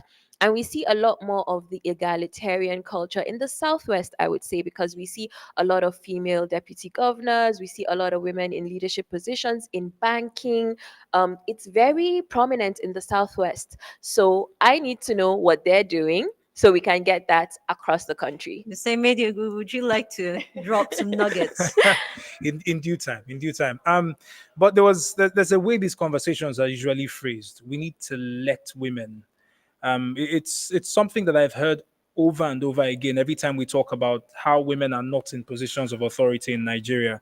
And I find it strange because this is not how we started. I remember names like Amina Zazel. I can remember, even as someone from the eastern part of Nigeria, how revered women are in traditional Igbo society. But we find ourselves in a country where we now have to give women the permission to do the things that they are great at doing. And I say great at doing because it's not a sexist example. I don't think any home without a woman functions properly. There's always a dysfunction. Um, and when you look at the numbers of men to women in Nigeria, it's comparative, it's close. The men edge it by a little bit. But in the example you gave, market women being needed as voters, and then you find women market leaders being asked to rally them. Why aren't the women taking the power that they have and saying, you don't want to give us this seat? We'll go someplace else and create our own seat. Why do we have to permit women to do what naturally comes to them? So I think when we talk about permission, it's a cultural barrier. There are many pointed cultural practices and barriers that stop women from actually accomplishing what they can accomplish. So, for example, even religiously, right? There are two very prominent religions in Nigeria that teach women to take permission from husbands, at least to start with. We have the rate of education for young women, girls, lower than it is for boys. We find that when people are living in poverty, for example, and they have to choose one person to give an education, it's likely going to be the male. Inheritance laws, for example, we know that more men are more likely to inherit land and all the other factors of production and money than women are. So what does that mean? The playing field is actually not leveled. And when you come into part of why I remember that in the 8th assembly, the reason that they didn't pass the gender equal opportunity bill was because the word equal was in it. And a lot of men in the National Assembly, in the Senate, said that there is no way they're going to pass a law that calls a woman equal to a man. So these are some of the barriers in terms of how our families are set up, how our culture is set up, how our belief systems are set up, and even how women are raised. It makes it really difficult. And I like the idea of like women all coming together for one good reason, but that's difficult because you would never find that all women think the same or want the same things or want the same political party or want the same person to be president or governor or anything like that. So, what happens is that because we are separated into these different groups, we end up going with general consensus on different things. And because men own the factors of production, land, money, all of those things, then it's more likely that they are able to make those decisions. If you're just joining us, you're listening to Radio Now 95.3 FM Lagos. It's the Kabafest special. The Now Breakfast team is live in Kaduna City. Myself, Nabila Usman, and my co-host, Stephen Imediegu. And we're in conversation with Mariam Loshi. Mariam Loshi is a communications specialist and happens to be a pioneer member of the Not Too Young to Run movement, which again became a bill, became law, and we're now feeling reality. Yes, it's exactly reality. We're discussing women in positions of leadership. And Mariam, at this point, right, I want to look at the last election cycle. We all know Aisha Binani, right? Ran to be the governor of Adamawa State, became candidate of a major party, right? So that in itself was a massive positive. I remember the conversations that came out of that. The regular people thought, you know what, this election had some magu magu. We saw it, it was notorious with the INEC rec who did what he did. I'll set that aside, right? But this is why I'm raising it. There were many people who said, even if there is corruption, we want to see a woman make it to the top. We heard that conversation when Patricia Ete was Speaker of the House of Representatives, and people said, she's a woman, she stole, even though, men have been accused of stealing as well, and it booted her out of that position. So I kind of want you to speak about that, the expectations that we want women in positions of power, but if they're going to be in those positions of power, they also need to be above board. How do we retain integrity, whether it's men or women, and how do we disassociate it from gender as if it's inherent? So that's a tough question, in the sense that Nigeria has a corruption problem and we don't have the solution yet. And until you have the solution that applies to both men and women, it just doesn't make any sense, right? We continually vote men into office and we don't seem to have a problem with their agenda, even though their agenda have perpetrated many different atrocities, whether it's in embezzlement, whatever the case may be, violence, whatever the case may be, we don't seem to have a problem. I think that I don't support corruption. I don't think that I would say it doesn't matter, just put a woman in there. But what we really need to do is like, if the only woman we have, not to say that Aisha Binani is corrupt, right? I'm just talking in general now. If the only woman we have is a corrupt woman, why is that? We need to have more women in there. And we also need to stop having the cultural expectation that women need more punishment. Women should be more upholding members of society more than men should be. That expectation needs to be on both men and women in Nigerian leadership, in Nigerian governance, politics, all of that. And then we can get to the conversation. But until men are held accountable, I don't think it makes sense to kind of like be so disturbed about like what a woman can do. And if we have one, it's the same thing. There are some men that are corrupt, some aren't. Same with women. Some are corrupt, some aren't. And so we really need to get more women in that space so that we have a variety to choose from and it's not just a corrupt woman or nothing at all. Yeah. So we have seen some progress, and I just call it some progress in terms of women stepping out and occupying public office. Last year's elections, there were some 1,553 women who ran for office. 72 emerged at the federal and state levels. 7 were elected as deputy governors. 18 were elected to the National Assembly. 3 are in the Senate. 15 are in the House of Representatives. And then, of course, at the various state houses of assembly.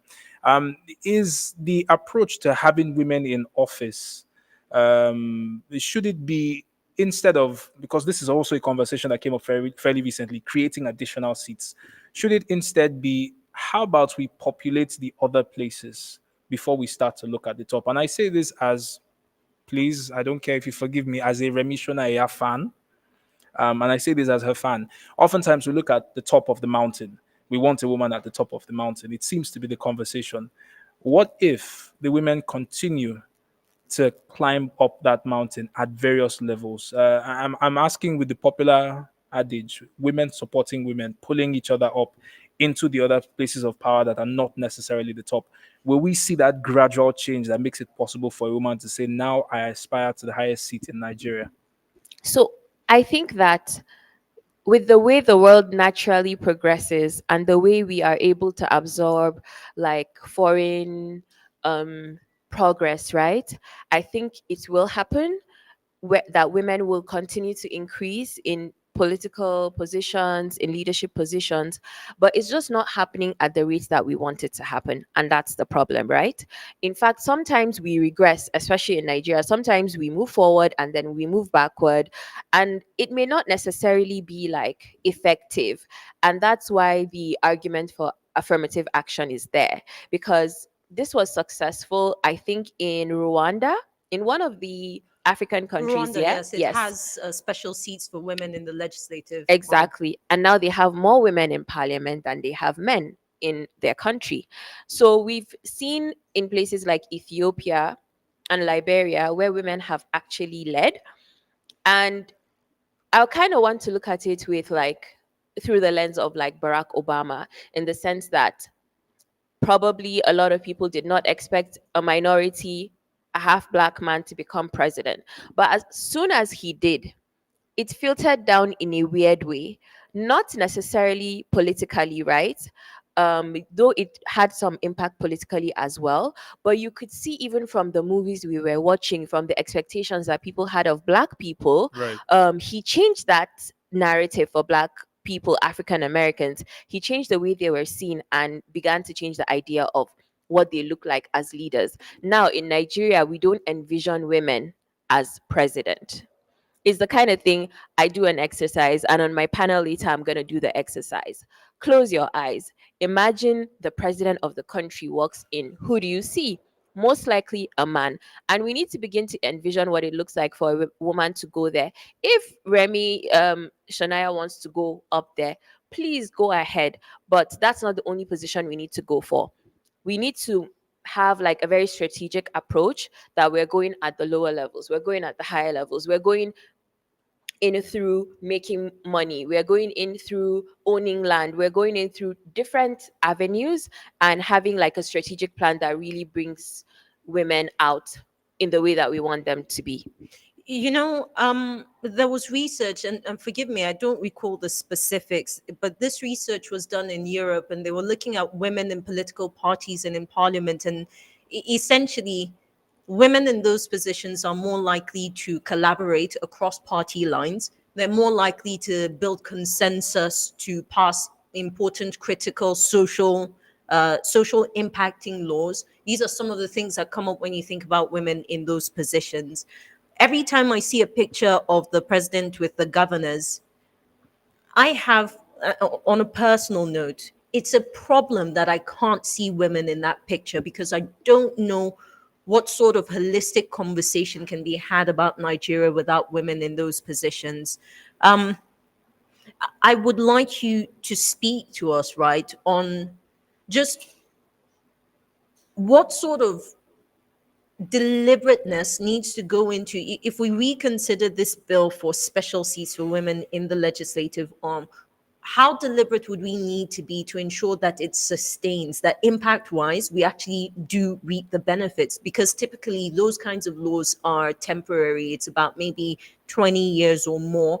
I don't know how many years was proposed with this particular bill. So what would deliberateness look like? It looks like having a plan and having allies. So it's really easy. I think that a lot of politicians say, just from engagement with even like young politicians, they say that there are so many meetings and so many activities that sometimes you forget what your like overarching goals are and what you're trying to accomplish, because you easily get distracted with little activities that don't bring about the impact that you really want to see. So there needs to be a plan.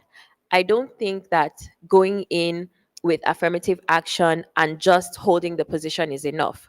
Those people, as well as those supporting them, men who are going to be their allies, need to come together and ask, what do we need to do to sustain this?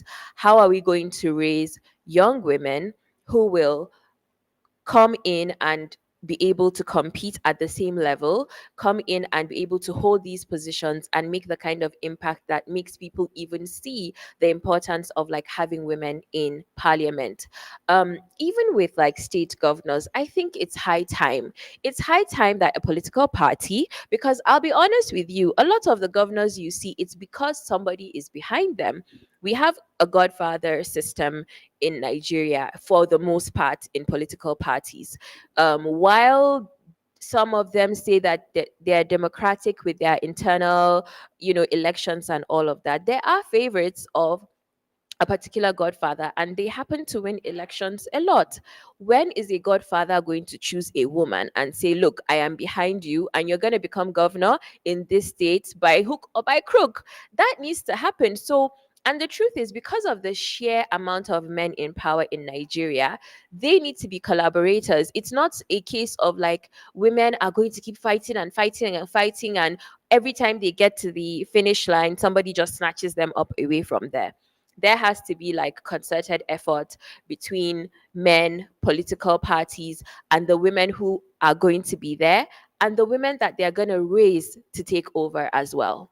I do want to say that perhaps what we have today is simply the lack of women in these positions is reflective of the kind of politics we play, because research has shown that women are also less likely to play dirty politics. Yes. Can they play it? Yes, they definitely can. Are they more likely to? That's where the answer is no. It doesn't mean that inherently, right, women are innocent goody two It's our shoes. socialization. Exactly. Yes, so as women, obviously, like we are trained to be more humble. We are trained to be more honest. We are trained to be straightforward. Even when people want to leave their children with someone, they feel it's safer with my child is safer with a woman, right? That's how we are raised. We are not. We are also not raised to be like aggressive as men are raised to be. So I think, and the truth is, like, politics needs that strand of aggression. If you want to be able to compete in a place like Nigeria, then you need to have like more of that energy, more of that aggression to go for it. Yeah. So we've had great leaders, female leaders, women leaders in Nigeria. We've had record breakers, record makers. You cannot talk about Nigeria's history without saying a certain Kuti, and I'm not talking Fela Kuti at all. You cannot talk about sports in Nigeria without mentioning a plethora of names. The most successful football team on the African continent is a female football team, the Super Falcons. Is it time that we start to highlight these women who have made it into public office in Nigeria as a way to show other women to say it is possible, and as a way to show every other person in Nigerian society this is an option that you must consider next time around? Do we need to highlight the voices and the achievements of women who are currently in public office some more? Yes, so I think it's being done to a certain extent, but not enough. So, like in media, representation matters. Once you are able to show that it can be done by a particular kind of person, in this case, a woman, then people begin to see it, people begin to believe it, and people begin to aspire to it.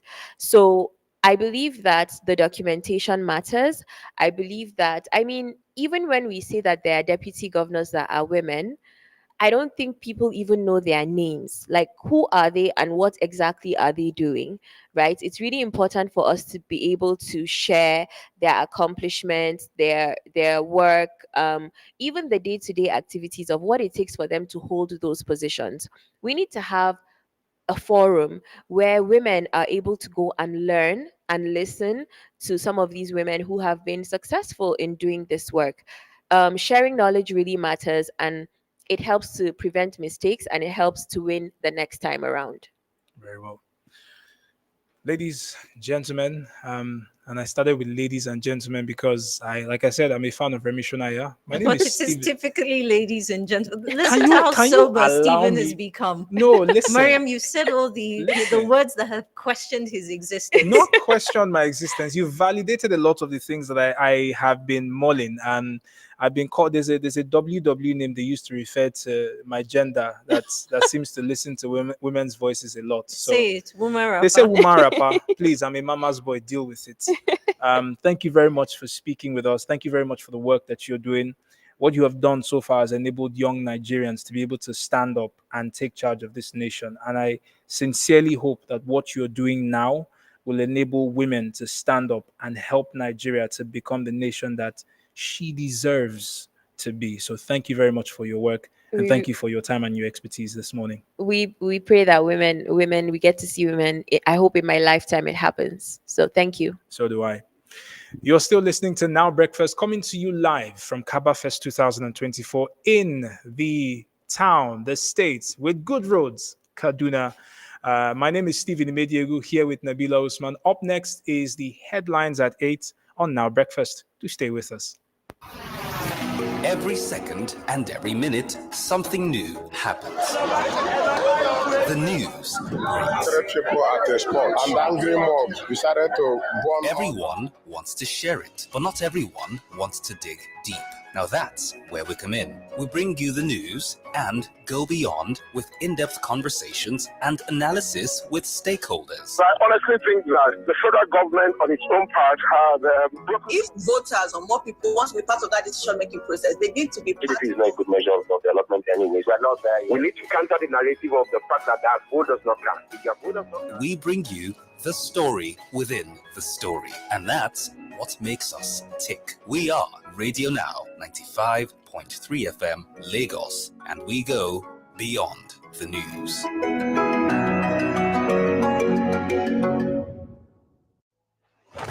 News and information go around every second. The ones who deliver it and how matter. We give you depth, substance from the real sources. I made statements in that regard. There wasn't any agreement between Bashir Machina and Ahmad Lawan. The DPO, the divisional police officer who is on grounds there, went there. Also giving you a more human angle on the events that matter. They are not people that live in mansions, but they are people that live within localities, and the people are afraid to There's so many issues there in area boys. Then we now went to... Let's cut the convention and rather have a conversation. Radio Now 95.3 FM, Lagos. We go beyond the news.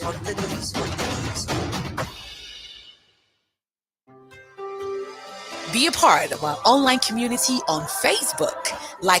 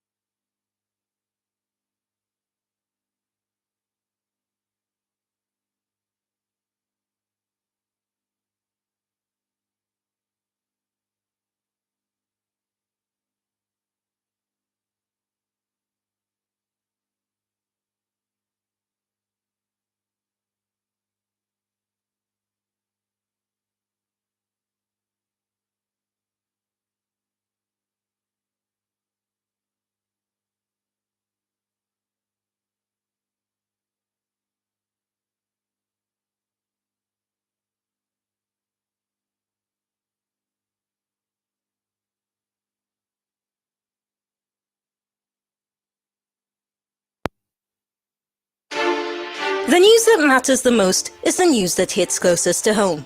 If it touches your business, your family, your city, your schools, or your safety, we've got you covered. Everything that affects you is our concern. So, we go beyond, getting all the facts and serving you news and information you can trust. There was 10 million liters of fuel made available at some point, which was not made available at the time because obviously it had to be brought in. The attack this Gayo village, Keru, and the Takalafia villages today is one of the many attacks. Radio Now, 95.3 FM Lagos, beyond the news.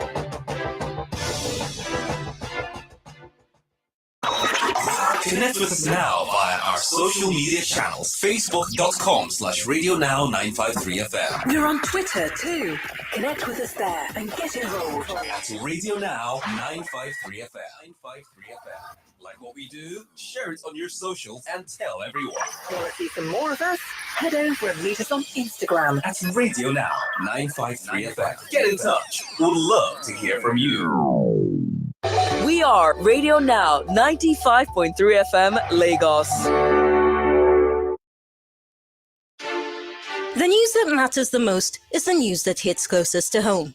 If it touches your business, your family, your city, your schools, or your safety, we've got you covered. Everything that affects you is our concern. So, we go beyond, getting all the facts and serving you news and information you can trust. There was 10 million liters of fuel made available at some point, which was not made available at the time because obviously it had to be brought in. They attacked this Gayo village, Keru, and the Takalafia village yesterday. It's one of the many attacks. Radio Now, 95.3 FM Lagos. Beyond the news.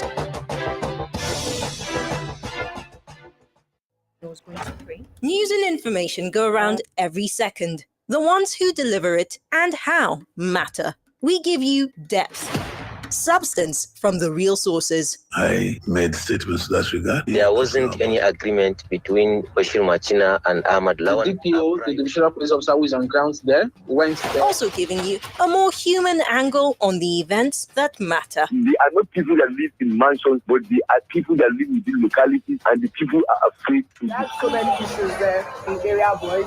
Then we now went to. Let's cut the convention and rather have a conversation. Radio Now 95.3 FM, Lagos. We go beyond the news.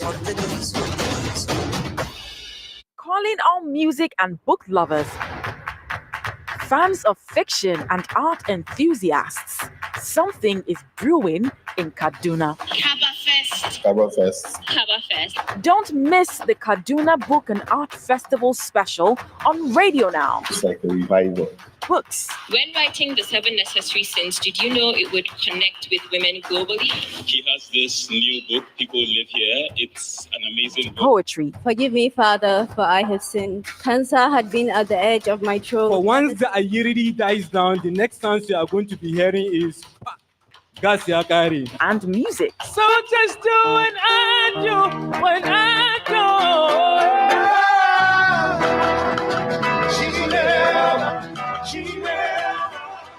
Join Nabila and Stephen from Thursday, May 2nd to Saturday, May 4th from 6 a.m. to 9 a.m. on Radio Now 95.3 FM Lagos. This is Now Breakfast at the Kaduna Book and Arts Festival. You are listening to Nabila Usman and Stephen Imediego at Kabafest.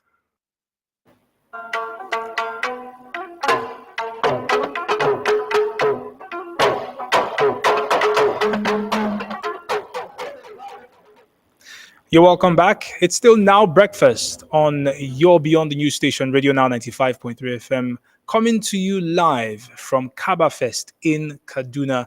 I'm Stephen Imediegu here with my co-host, Nabila Usman. And together this morning, we have been talking with a number of attendees at this year's festival.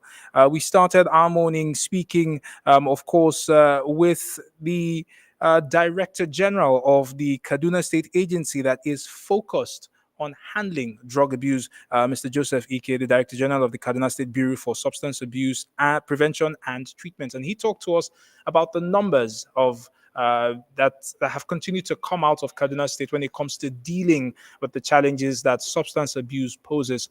We also spoke with poet Moyosola Olookure. She spoke to us about how she goes about writing her poetry and performed for us her latest piece, Sex is a Kind of Death. And the more recent conversation that you heard was with the woman who is part of the team that brought about the bill that will enable me in a few years, if I decide that's the path I want to toe, to turn to politics. But I'm turning now to my co-host, Nabila Usman, to tell us a little more about Miriam Laushi. Stephen seems to have essentially Gotten a new lease on life? Yes, I have. Now, I was going to say that you've abandoned the woman rapper title that you said. I'm embracing it, please. Okay. Maybe that will be your slogan for your campaign. Coming up on the Kabafest special here on Radio Now 95.3 FM Lagos, we'll be speaking with a creative, we'll be speaking with a businesswoman, a journalist, a lawyer. Hawa Saleh joins us on stage in just a moment. You want to stick around for that conversation. Every second and every minute, something new happens. The news breaks. People at a spot, and the angry mob decided to bomb. Everyone wants to share it, but not everyone wants to dig deep. Now that's where we come in. We bring you the news and go beyond with in-depth conversations and analysis with stakeholders. I honestly think that the federal government on its own part has broken. If voters or more people want to be part of that decision-making process, they need to be part. PDP is not a good measure of development anyways. We are not there. We need to counter the narrative of the fact that vote does not count. If your vote does not count. We bring you the story within the story. And that's what makes us tick. We are Radio Now 95.3 FM Lagos, and we go beyond the news. You are listening to Nabila Usman and Stephen Imediego at Kabafest. You're welcome back. This is Still Now Breakfast. My name is Stephen Imediego here with Nabila Usman, and together we're bringing you another conversation on Now Breakfast right here at Kabafest 2024. We're speaking this morning with Hawa Saleh, Hawa Saleh. Miss Saleh, please forgive me. I'm an Igbo boy based in Lagos, and we are affected. But Hawa is a writer, a poet, and a tea maker. Her literary works have appeared in The Weight of Years, an Afro anthology of creative nonfiction, the Ake Review, Agbowo Magazine, Lolwe, and more. She's also the author of How to Practice Forgetting, a poetry collection that explores the world through the body, and it's available online as well. Hawa is a journalist and currently is with Human Angle Media. She also produced a documentary Surviving Long COVID, and it aired at this year's Kabafest. It aired just yesterday, actually, day one of Kabafest, and how I guess we'll open up with that, right? Let's talk about your documentary. You were the center of that conversation. You shared what was a very personal experience, even if it's an experience that across the world, because of how widespread COVID was, we've been hearing about long COVID. So speak to us on what it was like to bear your dealings with this disease. Hello. So the reason why I had to speak, okay, first of all, this is a documentary series. So the long COVID part is just the first part of the series. Speaking out about it, it wasn't really an easy decision because I had to keep going back and forth. Do I really want to come up with my story? But then I decided that if I wanted people to trust me with something that personal, I have to lead by example. So I decided to come up with my story. And about living with long COVID, it's actually a terrible experience. There's no other way to put it, especially with the healthcare system, with the medical gaslighting. There's also the personal aspect of it, trying to survive and do all these other things with such little energy, a lot of pain. It's quite the journey. Now, this is undoubtedly a journey that is very personal, and I say this because till today there are people who will tell you that COVID is not a thing, and I look at those people. I was fortunate to not experience it, but I wasn't fortunate enough to not know anybody who didn't experience it. I lost a friend, a very dear friend, to COVID.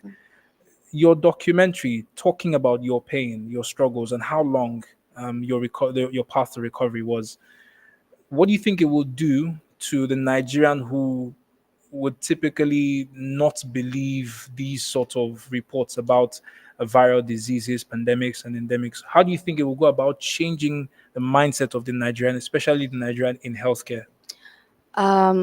I really don't think you can change anybody's mind. I think what you can do is try to create as much awareness, because for some people it's come from a place of ignorance, and some people others they're set in their ways. There's no amount of documentaries, no amount of evidence, no amount of research, no amount of science is going to convince them. And if science can convince you, I don't think I can. Um, but what I do hope to do with the documentary series is bring up, because it's supposed to document chronic illnesses, rare diseases, including mental health, chronic conditions. So I really do want to bring up room for conversation, like what happened here, and also kind of make people aware, be capable of taking up space, regardless of what people believe or not believe. It makes it harder when people don't believe, but it's important to just do your best, and then the people that want to listen will listen, and those that don't want to, there's nothing you can do about it. Yeah. So I'd like us to backtrack because I realized that we started this conversation sort of from the middle. For our listener, right, there's a question of what long COVID is and how it has impacted you, how you've been living with it. So if you could share that with us. Long COVID is it's something that happens after COVID. Usually, it's usually diagnosed if you're still experiencing symptoms or pop up with new symptoms 2 to 3 months post COVID. That's after you have tested negative for the virus. So there are a lot of theories. Some people believe it triggers dormant viruses in people's bodies. Some people believe it does with just way too many damage for people to. There's too much, so it kind of becomes like an autoimmune disease where your body is attacking itself. Um, and so there isn't, unfortunately, there's no cure for autoimmune diseases. And how long COVID is diagnosed is a bunch of symptoms. So there's no particular test that you can go and do and say, oh, the result is coming out as long COVID. We don't have a test right now because somebody can come up with neurological, cardiovascular, um, gastrointestinal symptoms, that you can have like symptoms ranging across all organs of your body. So you have to get different specialists to treat what they can. And about it for me, I have symptoms like brain fog, I have chronic fatigue, I have chronic pain, um, and a lot of other tiny symptoms like shortness of breath, kind of like unable to do much, because the moment you do one activity, you feel exhausted, you feel drained, and you're incapable of like, you just, it kind of just changes. It feels like somebody divided my body into three with my brain capacity, my energy, and everything, and just give me like one part back. That's what it feels like living currently in this body. Mm. You're still on to Now Breakfast, coming to you live from Kabafest 2024 in the city of Kaduna. I'm Stephen Imediegu here with my co-host Nabila Usman, and together we're speaking to Hawa Saleh. She is the producer of a documentary series, the more recent iteration of it being Surviving Long COVID. And we're talking about the disease, what it has done, what it continues to do, and the journey towards recovery. The other thing about you, Ms. Saleh, is that this is not your only story. You, like us, are a journalist, but you're also a poet and a creative. I see that you're addressed as a tea maker, and there's a tea maker And a lawyer. And we all know what lawyers are. troublemakers. It's not me that said it.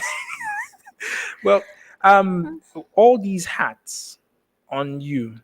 Do you ever feel pressure? Do you ever feel like I'm really doing too much? Yes, I do feel overwhelmed. Because like sometimes I'll make tea and it take me like months to even get to package it. Um, yeah, I do feel overwhelmed, but not because of what I'm doing. I love what I'm doing. That's why I'm doing them. I'm someone that I need to be interested in something, and that's why I have a lot of other interests that I do. Um, yeah, so I do feel overwhelmed sometimes, especially because I don't have the energy to do most of the things that I want to do the way that I want to do it. But I love what I do, so I think that that kind of makes things easier to deal with. Which of these identities would you say you're more inclined towards? Hmm. I think huh. I really love making tea, but I I did think I'm not more of a expect that poet. that's the one. That's the No, one. That's it's the one. poetry. I think it's Okay, writing. uh-huh. It's art. That makes Definitely. okay. For me, that makes more sense. Stephen is here thinking about the tea he's going to drink. But let's explore that identity a little more. Your poetry. You are particularly a performance poet, right? And I'm I know that you have written poetry. Stephen read out the different places where you've been published, but I'm interested in your style of performance. There's a way that performance poetry in Nigeria is a there's a specific way. There's a specific way. Hmm. There's a specific way. And I'm saying, Oh my right? goodness. You catch the drift already. Yeah. It's like saying this is not a cultural poem, but it's a cultural poem, right? The style is essentially the same. And if you listen to some of the performance poets in places like America, you immediately see where performance poets in Nigeria are drawing their inspiration. Yours is different. Is that deliberate? Yeah, I found out that the best way to do everything is just bring yourself, like be yourself. I really believe in being authentic, but I think when I started to, I really made that mistake because that's all the example that I saw around me.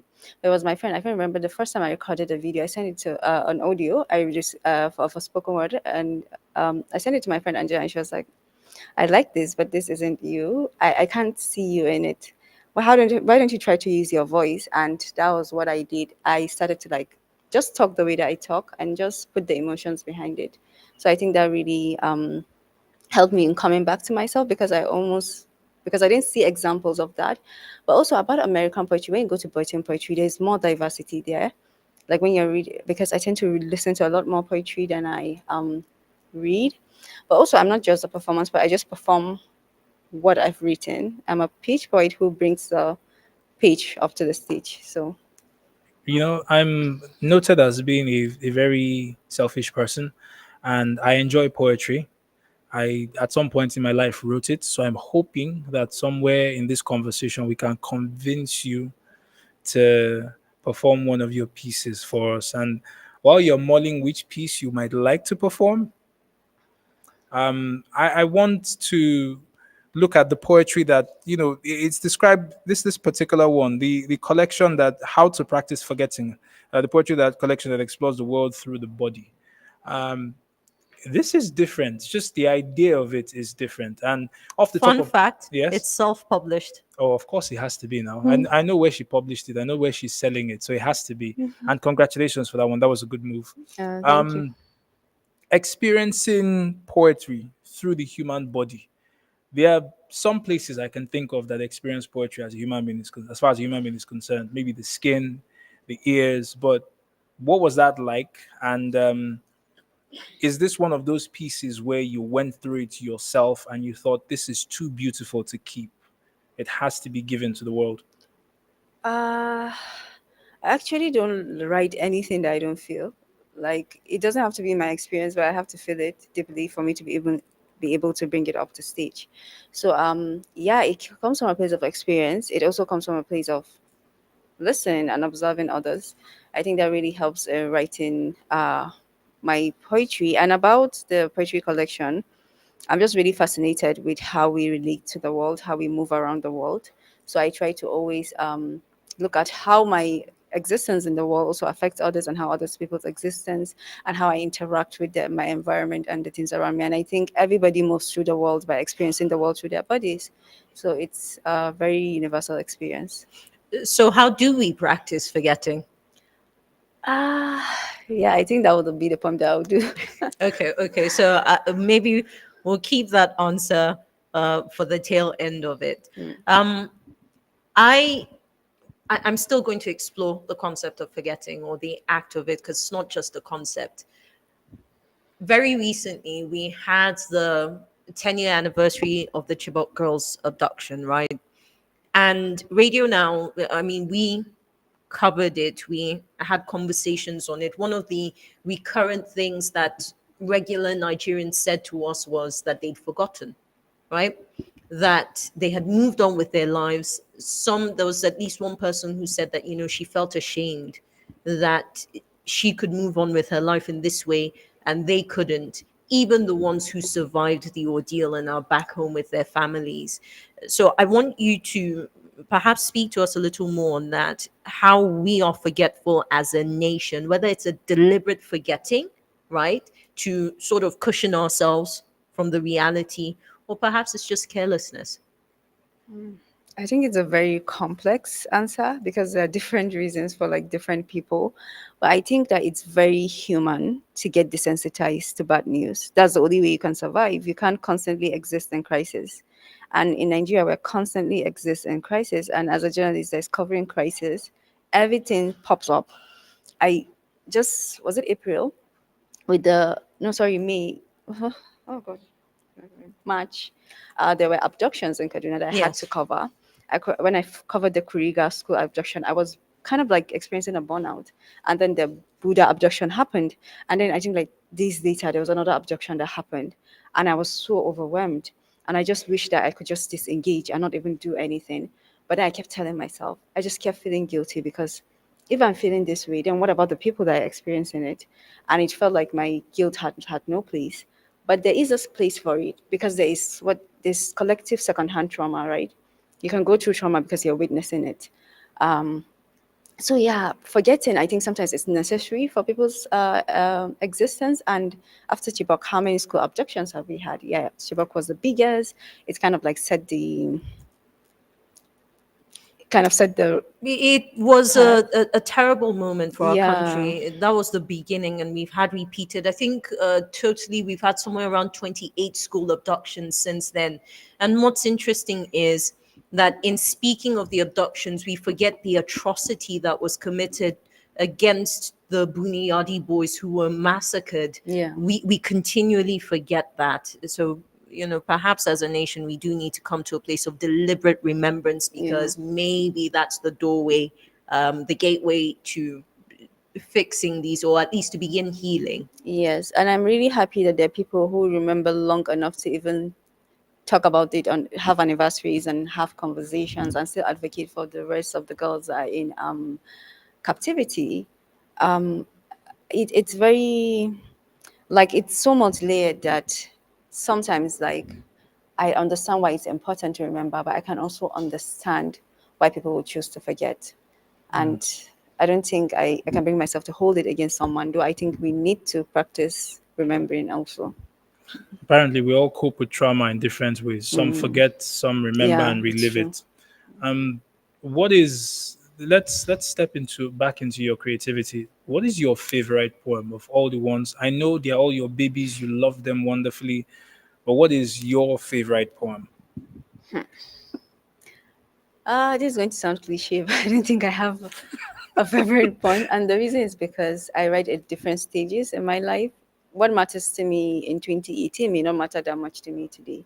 And maybe at 2018 it was my favorite poem. Um, I could also have a poem that I absolutely love right now. And in the next 2 weeks, I have something else. So Hmm. it just depends on the stage that I am because we keep evolving, we keep changing, we keep, sometimes going backwards. But yeah, change happens. So to stay in the moment, I'm going to ask you what is that favorite poem that you love right now, and I'm going to ask that you, I guess, perform it for us, or just any poem that comes out because you're the artist now. Perform. Yeah, I think I'll do how to practice forgetting because it's very kind of like. So, how to practice forgetting? One, you breathe through your nose and ignore all the dust it drags along. Two, you cut your memories into little pieces, small enough to slip through your fingers even before you're brief enough to let it go. Three, you allow them to hunt your body. Let the barricades down. Don't try to hide behind the cobwebs. No, not yet. Let every ghost have their turn. So when they try to come back, they will remember there is nothing left for them here. 4. Start practicing how to throw away scents and ignore the shell of a ghost knocking on your door. 5. When you practice forgetting, you do not fight with memories.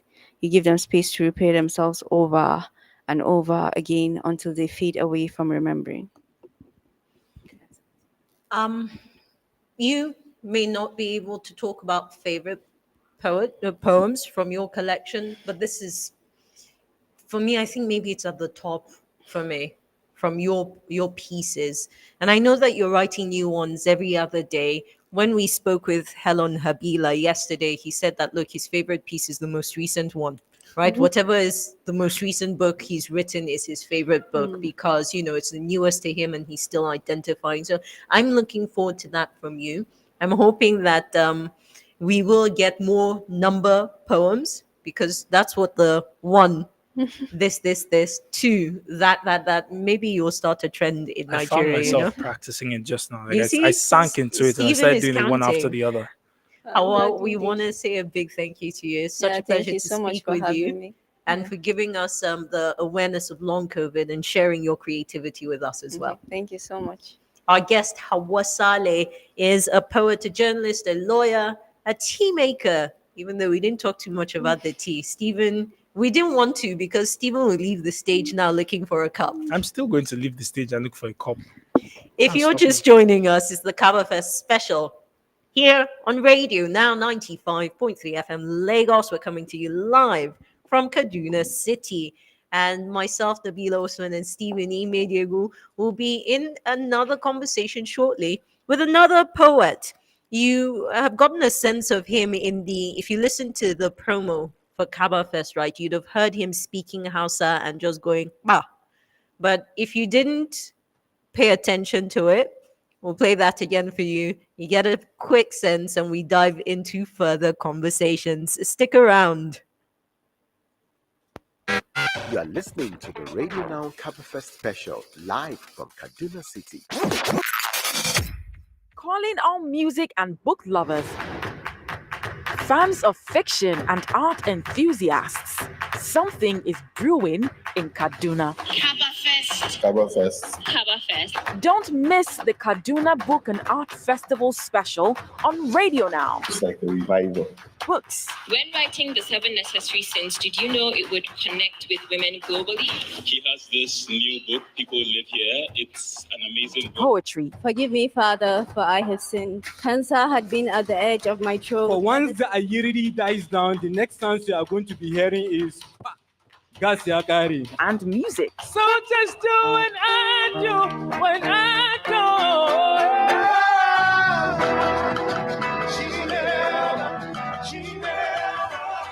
Join Nabila and Stephen from Thursday, May 2nd to Saturday, May 4th from 6 a.m. to 9 a.m. on Radio Now 95.3 FM Lagos.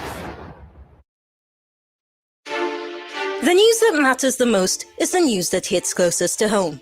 If it touches your business, your family, your city, your schools, or your safety, we've got you covered. Everything that affects you is our concern. So we go beyond, getting all the facts and serving you news and information you can trust. There was 10 million liters of fuel made available at some point, which was not made available at the time because obviously it had to be brought in. They attacked this Gayo village, Keru, and the Takalafia village yesterday. It's one of the many attacks. Radio Now, 95.3 FM Lagos. Beyond the news.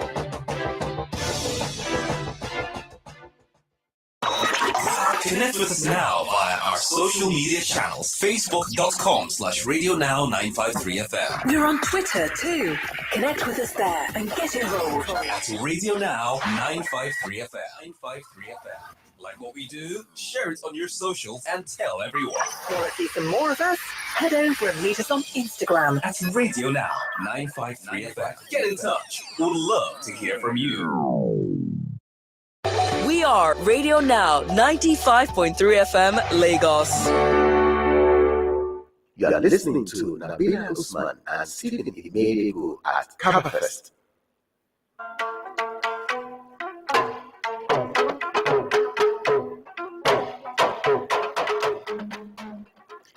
Welcome back. It's still now breakfast, the Kabafest special here on Radio Now 95.3 FM Lagos. We're coming to you live from, I've been wanting to say this, so this is my chance, from the ancient city of Kaduna.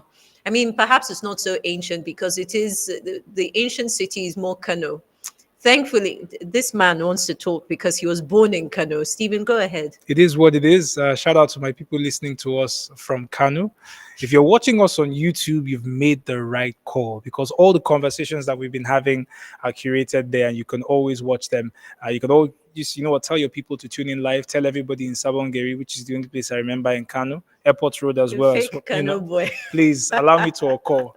But we are glad to be on your screens as well as in your ears this morning on Now If you're Breakfast. fiddling with your phones at the moment to try to get our YouTube, just go to youtube.com. It's Radio Now Studio. You'll find the live link. And of course, you can join the conversation on social media across all platforms at Radio Now 953 FM. Again, I'm Nabila Usman with my co-host Stephen Imediegu, and at Kabafest 2024 this morning, we're joined by Abdul Basit Abubakar, a man who has come to redeem men, by the way, because all the poets we've spoken to this morning are women. We almost thought that, we had dominated the space. Would have been happy to. Abdul Basit, do you want to come in and perhaps defend the masculine honor? You don't defend something that is already established. Hey, my man, put it there, put it there, put it there. Put You it see, there. this Nice is one. what they say when they don't have anything else to tell us. But Abdul Basit, I actually want to come to that, the gender conversation. I find it interesting because my experience of the literary space here in Kaduna is really that we have more female. I've seen more women perform poetry than men. It's not that the literary spaces aren't populated with men such as yourself. Maybe you've got an alternative view. If you look especially across the north, because I know you've performed not just in Kaduna, but in other states as well. So for me, I personally believe I'll go with what you said. There are a lot of women in the literary space in Kaduna and in northern Nigeria generally. I've been to events in Kano, Abuja, here in Kaduna as well, and I have seen how a lot of women are coming out to speak through their poetry. So there's a very good representation. Maybe the platforms themselves are not really run by women completely, but there's a good representation of them in the space. And you hear the conversations they have in their poetry, talking about things that matter to them as women. So it's like a breath of fresh air to see that. So poetry, I would say not just poetry, but art itself usually comes from, as we've heard, a place of experience, the environment that you find yourself in.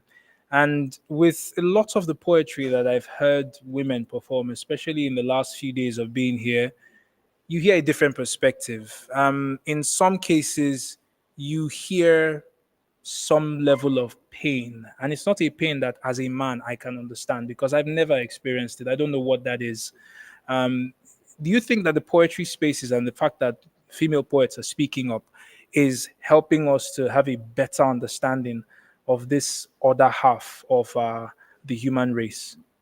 All right. So one of the things I'm very grateful for Kabafest and other platforms like it is the opportunity it gives for conversations. Now, when conversations happened, it's not like those problems just disappear, but it creates this scene where people are able to talk. Now, even if I was delusional before, I'll start to listen because this conversation will keep going. And when others see others doing it, they feel motivated to have those conversations. So what I have noticed is from when I began being in the space, there was a little reluctance of people to be able to tell their own stories, to talk about their pain, as you've mentioned, through their poetry. But over time, I've seen it grow, and people are able to see it, not just see it, but try to understand it. Because I personally believe you can understand a person's pain to just a reasonable extent. To be able to establish empathy, to be able to see from their POV of what they feel they are going through. So those conversations have been going on, especially one of the more prominent art form or literary form that I believe is thriving in northern Nigeria now is poetry. It's like everywhere. Like there's this whether page poets or performance poetry, but there's this conversation that is happening. Even though you don't talk about it, but you come and you watch, it is infused in your head, whether you like it or not, because you remember those performances. Because gotta give it to the people that are out there that are doing amazing poetry, and amazing poetry would stick to your head. You remember it. So I I want us to explore Hausa language and poetry a little. First of all, let it be on record. I strongly believe that the heart of a poet is female. Strongly believe that's what Stephen is touching on there, that he's not able, it's because it's female. There's the sensitivity, the intuition, the empathy, right? And I'm not saying that men aren't all these things, but really it is female. In the promo, the line you say is because, and when the ayeri stops, the next thing you hear is gas yakari. And Stephen has been wanting to find out what that line means. I know that you will perform for us in a moment, but let's talk about how you infuse, or how, because actually it's a mix of English and Hausa for you, how you infuse the language into your poetry, and whether you find that up north there's a deeper connection when you perform in Hausa than in English. So let's start from beginning. Now, when I started performing poetry, I was just doing it in English. But over time, the poems started coming to me in the way I communicate day by day. Whenever I take people poetry classes, I like to ask them, "What language do you think in?" So for me, I like to believe that I think in those two languages. So it's easier for me to articulate it in words, with those two languages as well. And yes, that aspect of when I started, I was just exploring. To be honest, I was just experimenting. But the first time I performed fully an Engausa fusion of Hausa and English poem, there was this acceptance that it had. You could see it in the faces of the audience. So that's the thing I like to do. I like to read the room whenever I perform to see how do you feel about this poem. And I was so pleased by the reactions I got. So I said, why not go on? And I would like to believe that at the point where I started this, that it was not popularized in that way. And over time, I started seeing other people adopt that methodology, especially in performance poetry, constantly doing. Now you see it even in page poems. People are infusing. I think some people in Kano even did a collection of poetry that is mainly in Gausa. So this acceptance that he has gotten with the community that I belong to has given me more push to go on with it. And even like the performance I did last Kabafest, I was just sitting and then the poem came. It came in English, but I knew I was coming to Kabafest. It was Kaduna. We have a majorly house audience. I needed to infuse that thing that makes it more relatable. So every single person, like immediately I posted that on Twitter, that particular part of Gasiak Ade. Every other person was able to relate to it. So And by it's the way, in this time, yes. and gas always finishes. By the way, gas yakari is gas has finished. It finishes in the middle of your pot of, maybe in Stephen's case, is pot of beans, and then it finishes in the middle of the night or on a Sunday morning where shops are not open, so you actually have to wait. Yes. I can never say gas has finished again. From now on, it is Gas nationally yakari. gas yakari. Abdul Basit, see you. You're pushing Hausa to an Igbo boy. Yeah. All right, so Abdul Basit, I really want to hear you perform. I've been looking forward to that all morning. So I hope you're ready to go. I'm going to count you in if you need a countdown. In 5. No, this needs a proper. It needs a proper introduction, ladies and gentlemen. You're still on to Now Breakfast, right here at Kabafest in the city of Kaduna. We're bringing to you a poetry performance by a man who thinks in two languages and performs in those two languages, the poet Abdul Basit Abubakar. Yaya Audu, ka tuna sanda muke shiga cikin gari mai wasa? Tell them not to worry. There won't be no crickets. There will only be bouncers that will give you exclusive tickets or front row concert of our childhood. How we swam through the Kogi and Rafi of our recklessness and careful strides and backstrokes into the Rafi of our carelessness. How we made wrong decisions but end up in the right way. Um, Okay, the poem is not coming. Um. Okay, Let's explore the first few lines that you've Okay. just performed, right? Because there's household words all over. Yeah. And I think one lightning rod for people is when you said Kogi, because all they're thinking is, why are you talking about Kogi State? You know. Which is part of where I'm from, by the way. Um, and maybe this is a great opportunity to let people know that Kogi means river in Hausa language. We have, I Interesting. think, up to 3, or is it 4 states in the country that have river somewhere in their names. So yeah, speak to us about the Hausa words that you've infused in this piece that you've just performed. All right. So most people, of course, I believe it's in most part of the country, especially if you grew in low class areas. There are things boys do. You go to the back end of the town where there are always small rivers. You go and swim, and it's like a major memorable part of your childhood Right. with your friends. So infusing kogi there, it's once you have that experience, you hear it, and then it reminds you of those things that you did. And mostly, sometimes, most times, like every single time, we don't have approval of our parents to go there. So that rebellion Is universal. yes. So it's that rebellion that is relatable for every other person. So This is where coconut head generation came from, just so you know. yeah. So like I like to use Hausa words that are very relatable, not just random words, but words once you hear it, it sparks. Essentially, by the time you have the translation, it's kind of like what you just described now. Stephen can relate to it, so Yes. it doesn't matter what part of your Yes, it does the not country matter. you're from. Yes. So, and there's a thing that I noticed with Ngausa. If you sit down to listen to the whole poem, even if you don't understand Hausa per se, you'll be able to pick what the story is telling you. So, essentially, that storytelling process is very embedded in the performance. It's very embedded in the process. So, once you listen, and that's what gives it that universality, even though it's in Hausa and English, you'll be able to pick the major things and then be able to relate to the story. Mm. I was going to interject by using some of the Hausa words I've learned. Fairly recently, I learned jira jira jira jira. That's weight, right? Yes. Okay, awesome. All I heard was jida jida jida. You should listen closer. That is not weight, it's jira. Jira. Yes. I thought his R was. Oh my You god. got a lisp. I'm really lost in translation. When Stephen speaks Hausa, he has a lisp.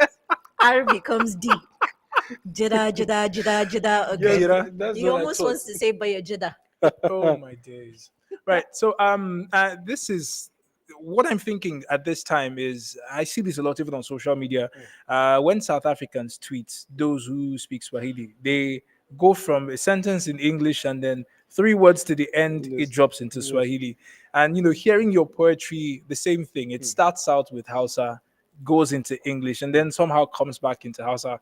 I wonder if this style of speaking, this style of performing, if it was more popular amongst poets in Nigeria, would it be easier for us to understand each other, each other's languages, each other's experiences, if we could bring that sense of self and present it and say, this is who I am. There is no hiding it. This is my language. This is my people. This is my culture. Will we get along better as a country if we're able to bring who we are into how we speak and just put it in front of people and let them judge? All right, I'll start with a starter. Now, when I started having interest in spoken word poetry, even though I don't like to call it spoken word, I like to call myself a performance poet. Now, even when I started having interest, most of the people I was looking up to were people in the US and in the UK. It was not a popularized thing. Of course, there were people doing it in Nigeria, but it was not popularized then. So most of the people I listened to were over there. Now, as much as there are certain issues that are kind of relatable, it's different when it's contextually made Nigerian. Now, part of the things that gave me a strong push was seeing people who spoke the same language as me speak about the issues that I relate to in the ways that I communicate by default. Now, it's different when, okay, maybe I hear a black American talk about racism. I could that emotional whatever would be there because that's all of that. But it's different when I hear my brother or someone in Nigeria being able to talk about issues that have to do with us, police brutality, all of that, but in the languages that communicate most with us. So one of the things I like to do is I kind of believe me, I'm not a poet who, writes about the big issues. But The big issues. the big issues, but the smaller issues, because I believe the smaller issues are what would lead to addressing the big issues. Now, one of the things, because I'm from the north, now one of that poem I performed last year had so many layers of so many things. But when you listen to him, oh, you only get the ones that relate to you most. Like the identity is marriage. Yes, marriage. Right after the There's- wedding There's ceremony. talk about when he married the first, second, third, he took off his bulletproof vest. Now, if you take your bulletproof vest, what does that say? A lot of You're not things. immune to whatever would come to you. So because Mm. you're signing up for something. So if you know that you've already acknowledged that I've taken that bulletproof vest, so you have to take precautions to avoid bullets coming to you. So many other aspects like that. So I believe those things coming up and these conversations in the language that is most revered to us. Because a lot of us in northern Nigeria are not per se Hausas, Right. but Hausa is a dominated language which almost every other person has to know to survive, one way or the other. It's a survival skill, I believe in that. Because if you're in a particular geopolitical zone, having to be able to communicate easily would give you upper edges over the people who are not able to. It's a known fact all over the world. Right. Yes. Right. Well, Abdul Basit, thank you very much for joining us and speaking with us today. You've inspired me to go out there and actually learn this language, which I feel I have a right to learn at this point. But thank you for your time, and we really look forward to watching you perform at Kabafest. It's my pleasure. Thank you very much for having me. And you're still listening to the Kabafest special live on Radio Now 95.3 FM Lagos. In a moment, Radio Now's Tommy Olubemi. Drum roll. Da-da-da-da-da-da-da. Da-da-da-da-da. He comes back on stage and gives us a sense of day 2 at the Kaduna Book and Arts Festival. Stick around.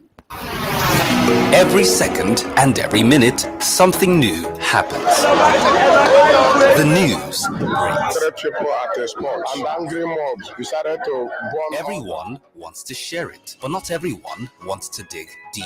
Now that's where we come in. We bring you the news and go beyond with in-depth conversations and analysis with stakeholders. I honestly think that the federal government on its own part have broken. If voters or more people want to be part of that decision-making process, they need to be part. GDP is not a good measure of development anyways. We are not there. We need to counter the narrative of the fact that our vote does not count. If your vote does not count. We bring you the story within the story, and that's what makes us tick. We are Radio Now 95.3 FM Lagos, and we go beyond the news.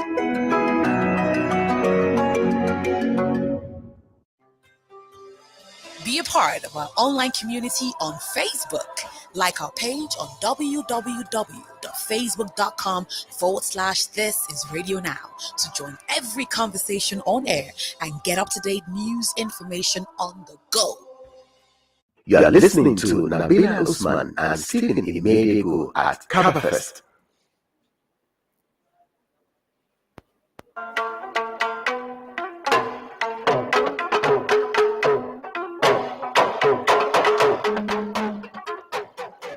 You're welcome back into the conversations. You're still listening to Now Breakfast on Radio Now 95.3 FM Lagos, but this time coming to you live from Kabafest 2024, the beautiful, beautiful city of Kaduna, where the roads are good. I'm Stephen Imediego, here with Nabila Usman and our very own Tommy Olubemi. Tommy, as a Lagosian, can you relate to Stephen always talking about good roads? I can actually. Okay. Yeah, I can. Well, Kaduna is happy to have brought you an absence of gullies. Oh my God. At least in the city. Oh my days! I'm trying to think about any part of our city in Lagos that I would drive through without having to either jump around the I think, pothole, Stephen, I straddle think it. enough of the Lagos slander. Look, I'm It doesn't- I'm loving it here. I'm just loving it You here. know what will happen? They'll block you at the airport. Exactly. As soon as you land, they'll block you It's and all send right. you back. I think the weather is fine here too. The Mm. Kaduna people would love me. They also have. It's a beautiful city. I'll tell Such you that. pride. Well, look, Tommy is back with us, right, to give you a sense of what today is like. It will inform a big part of our conversation on the Kabafest special tomorrow. And yes, by the way, you heard that right.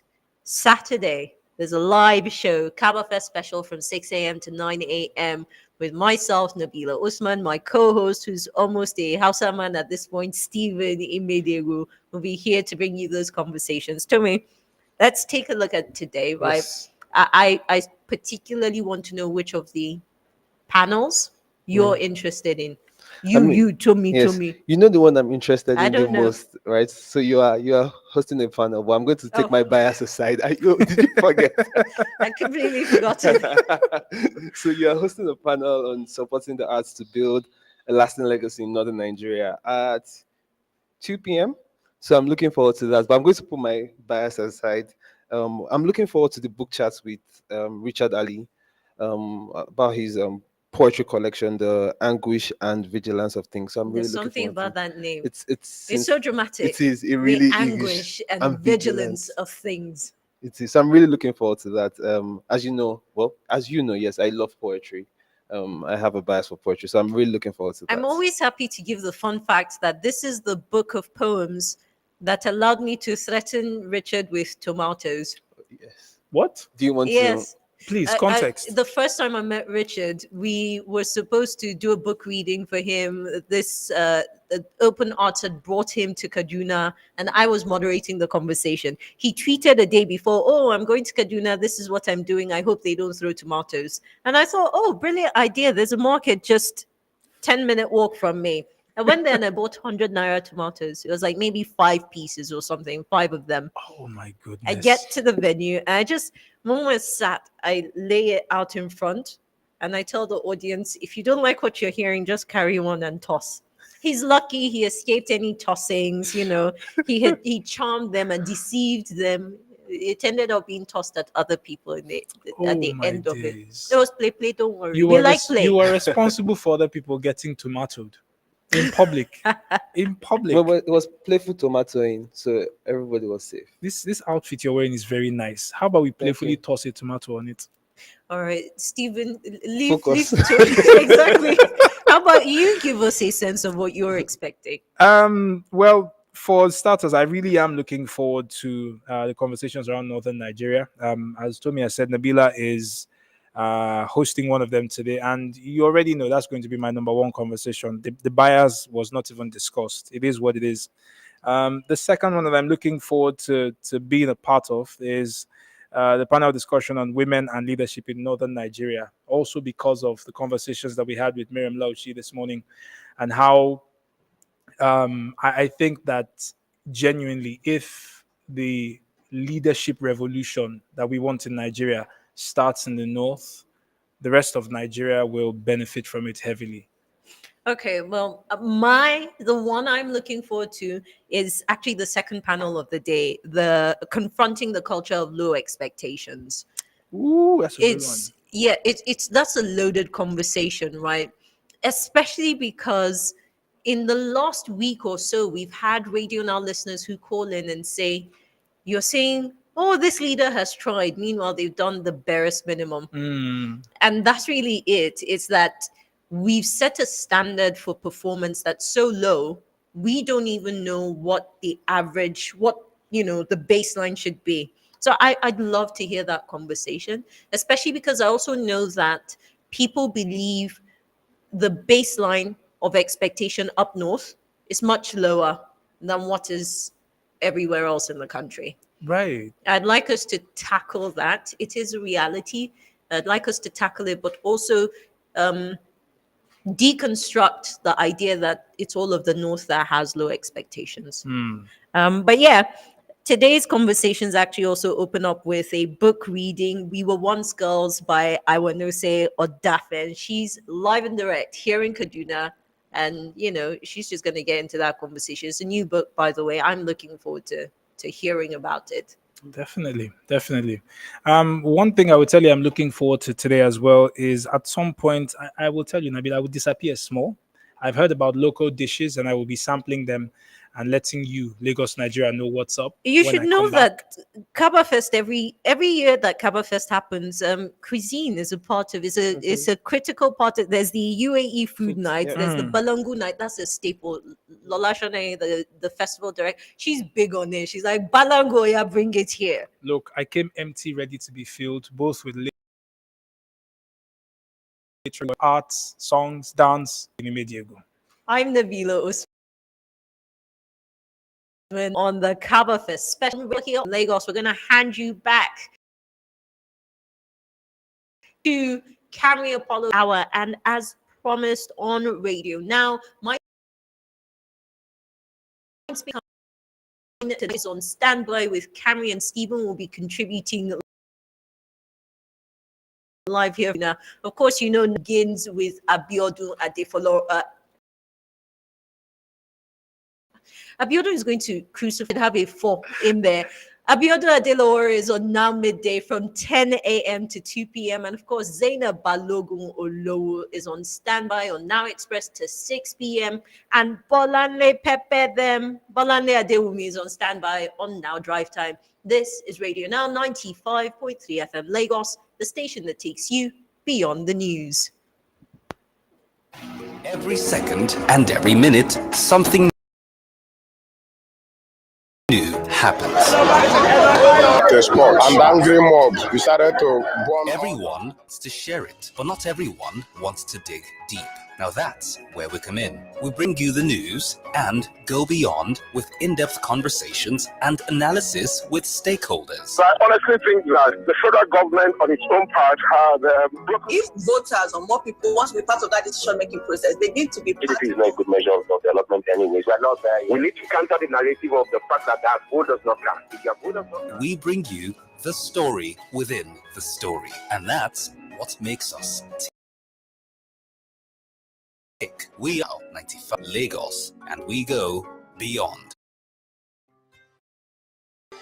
Be a part of our online community on Facebook. Like our page on www.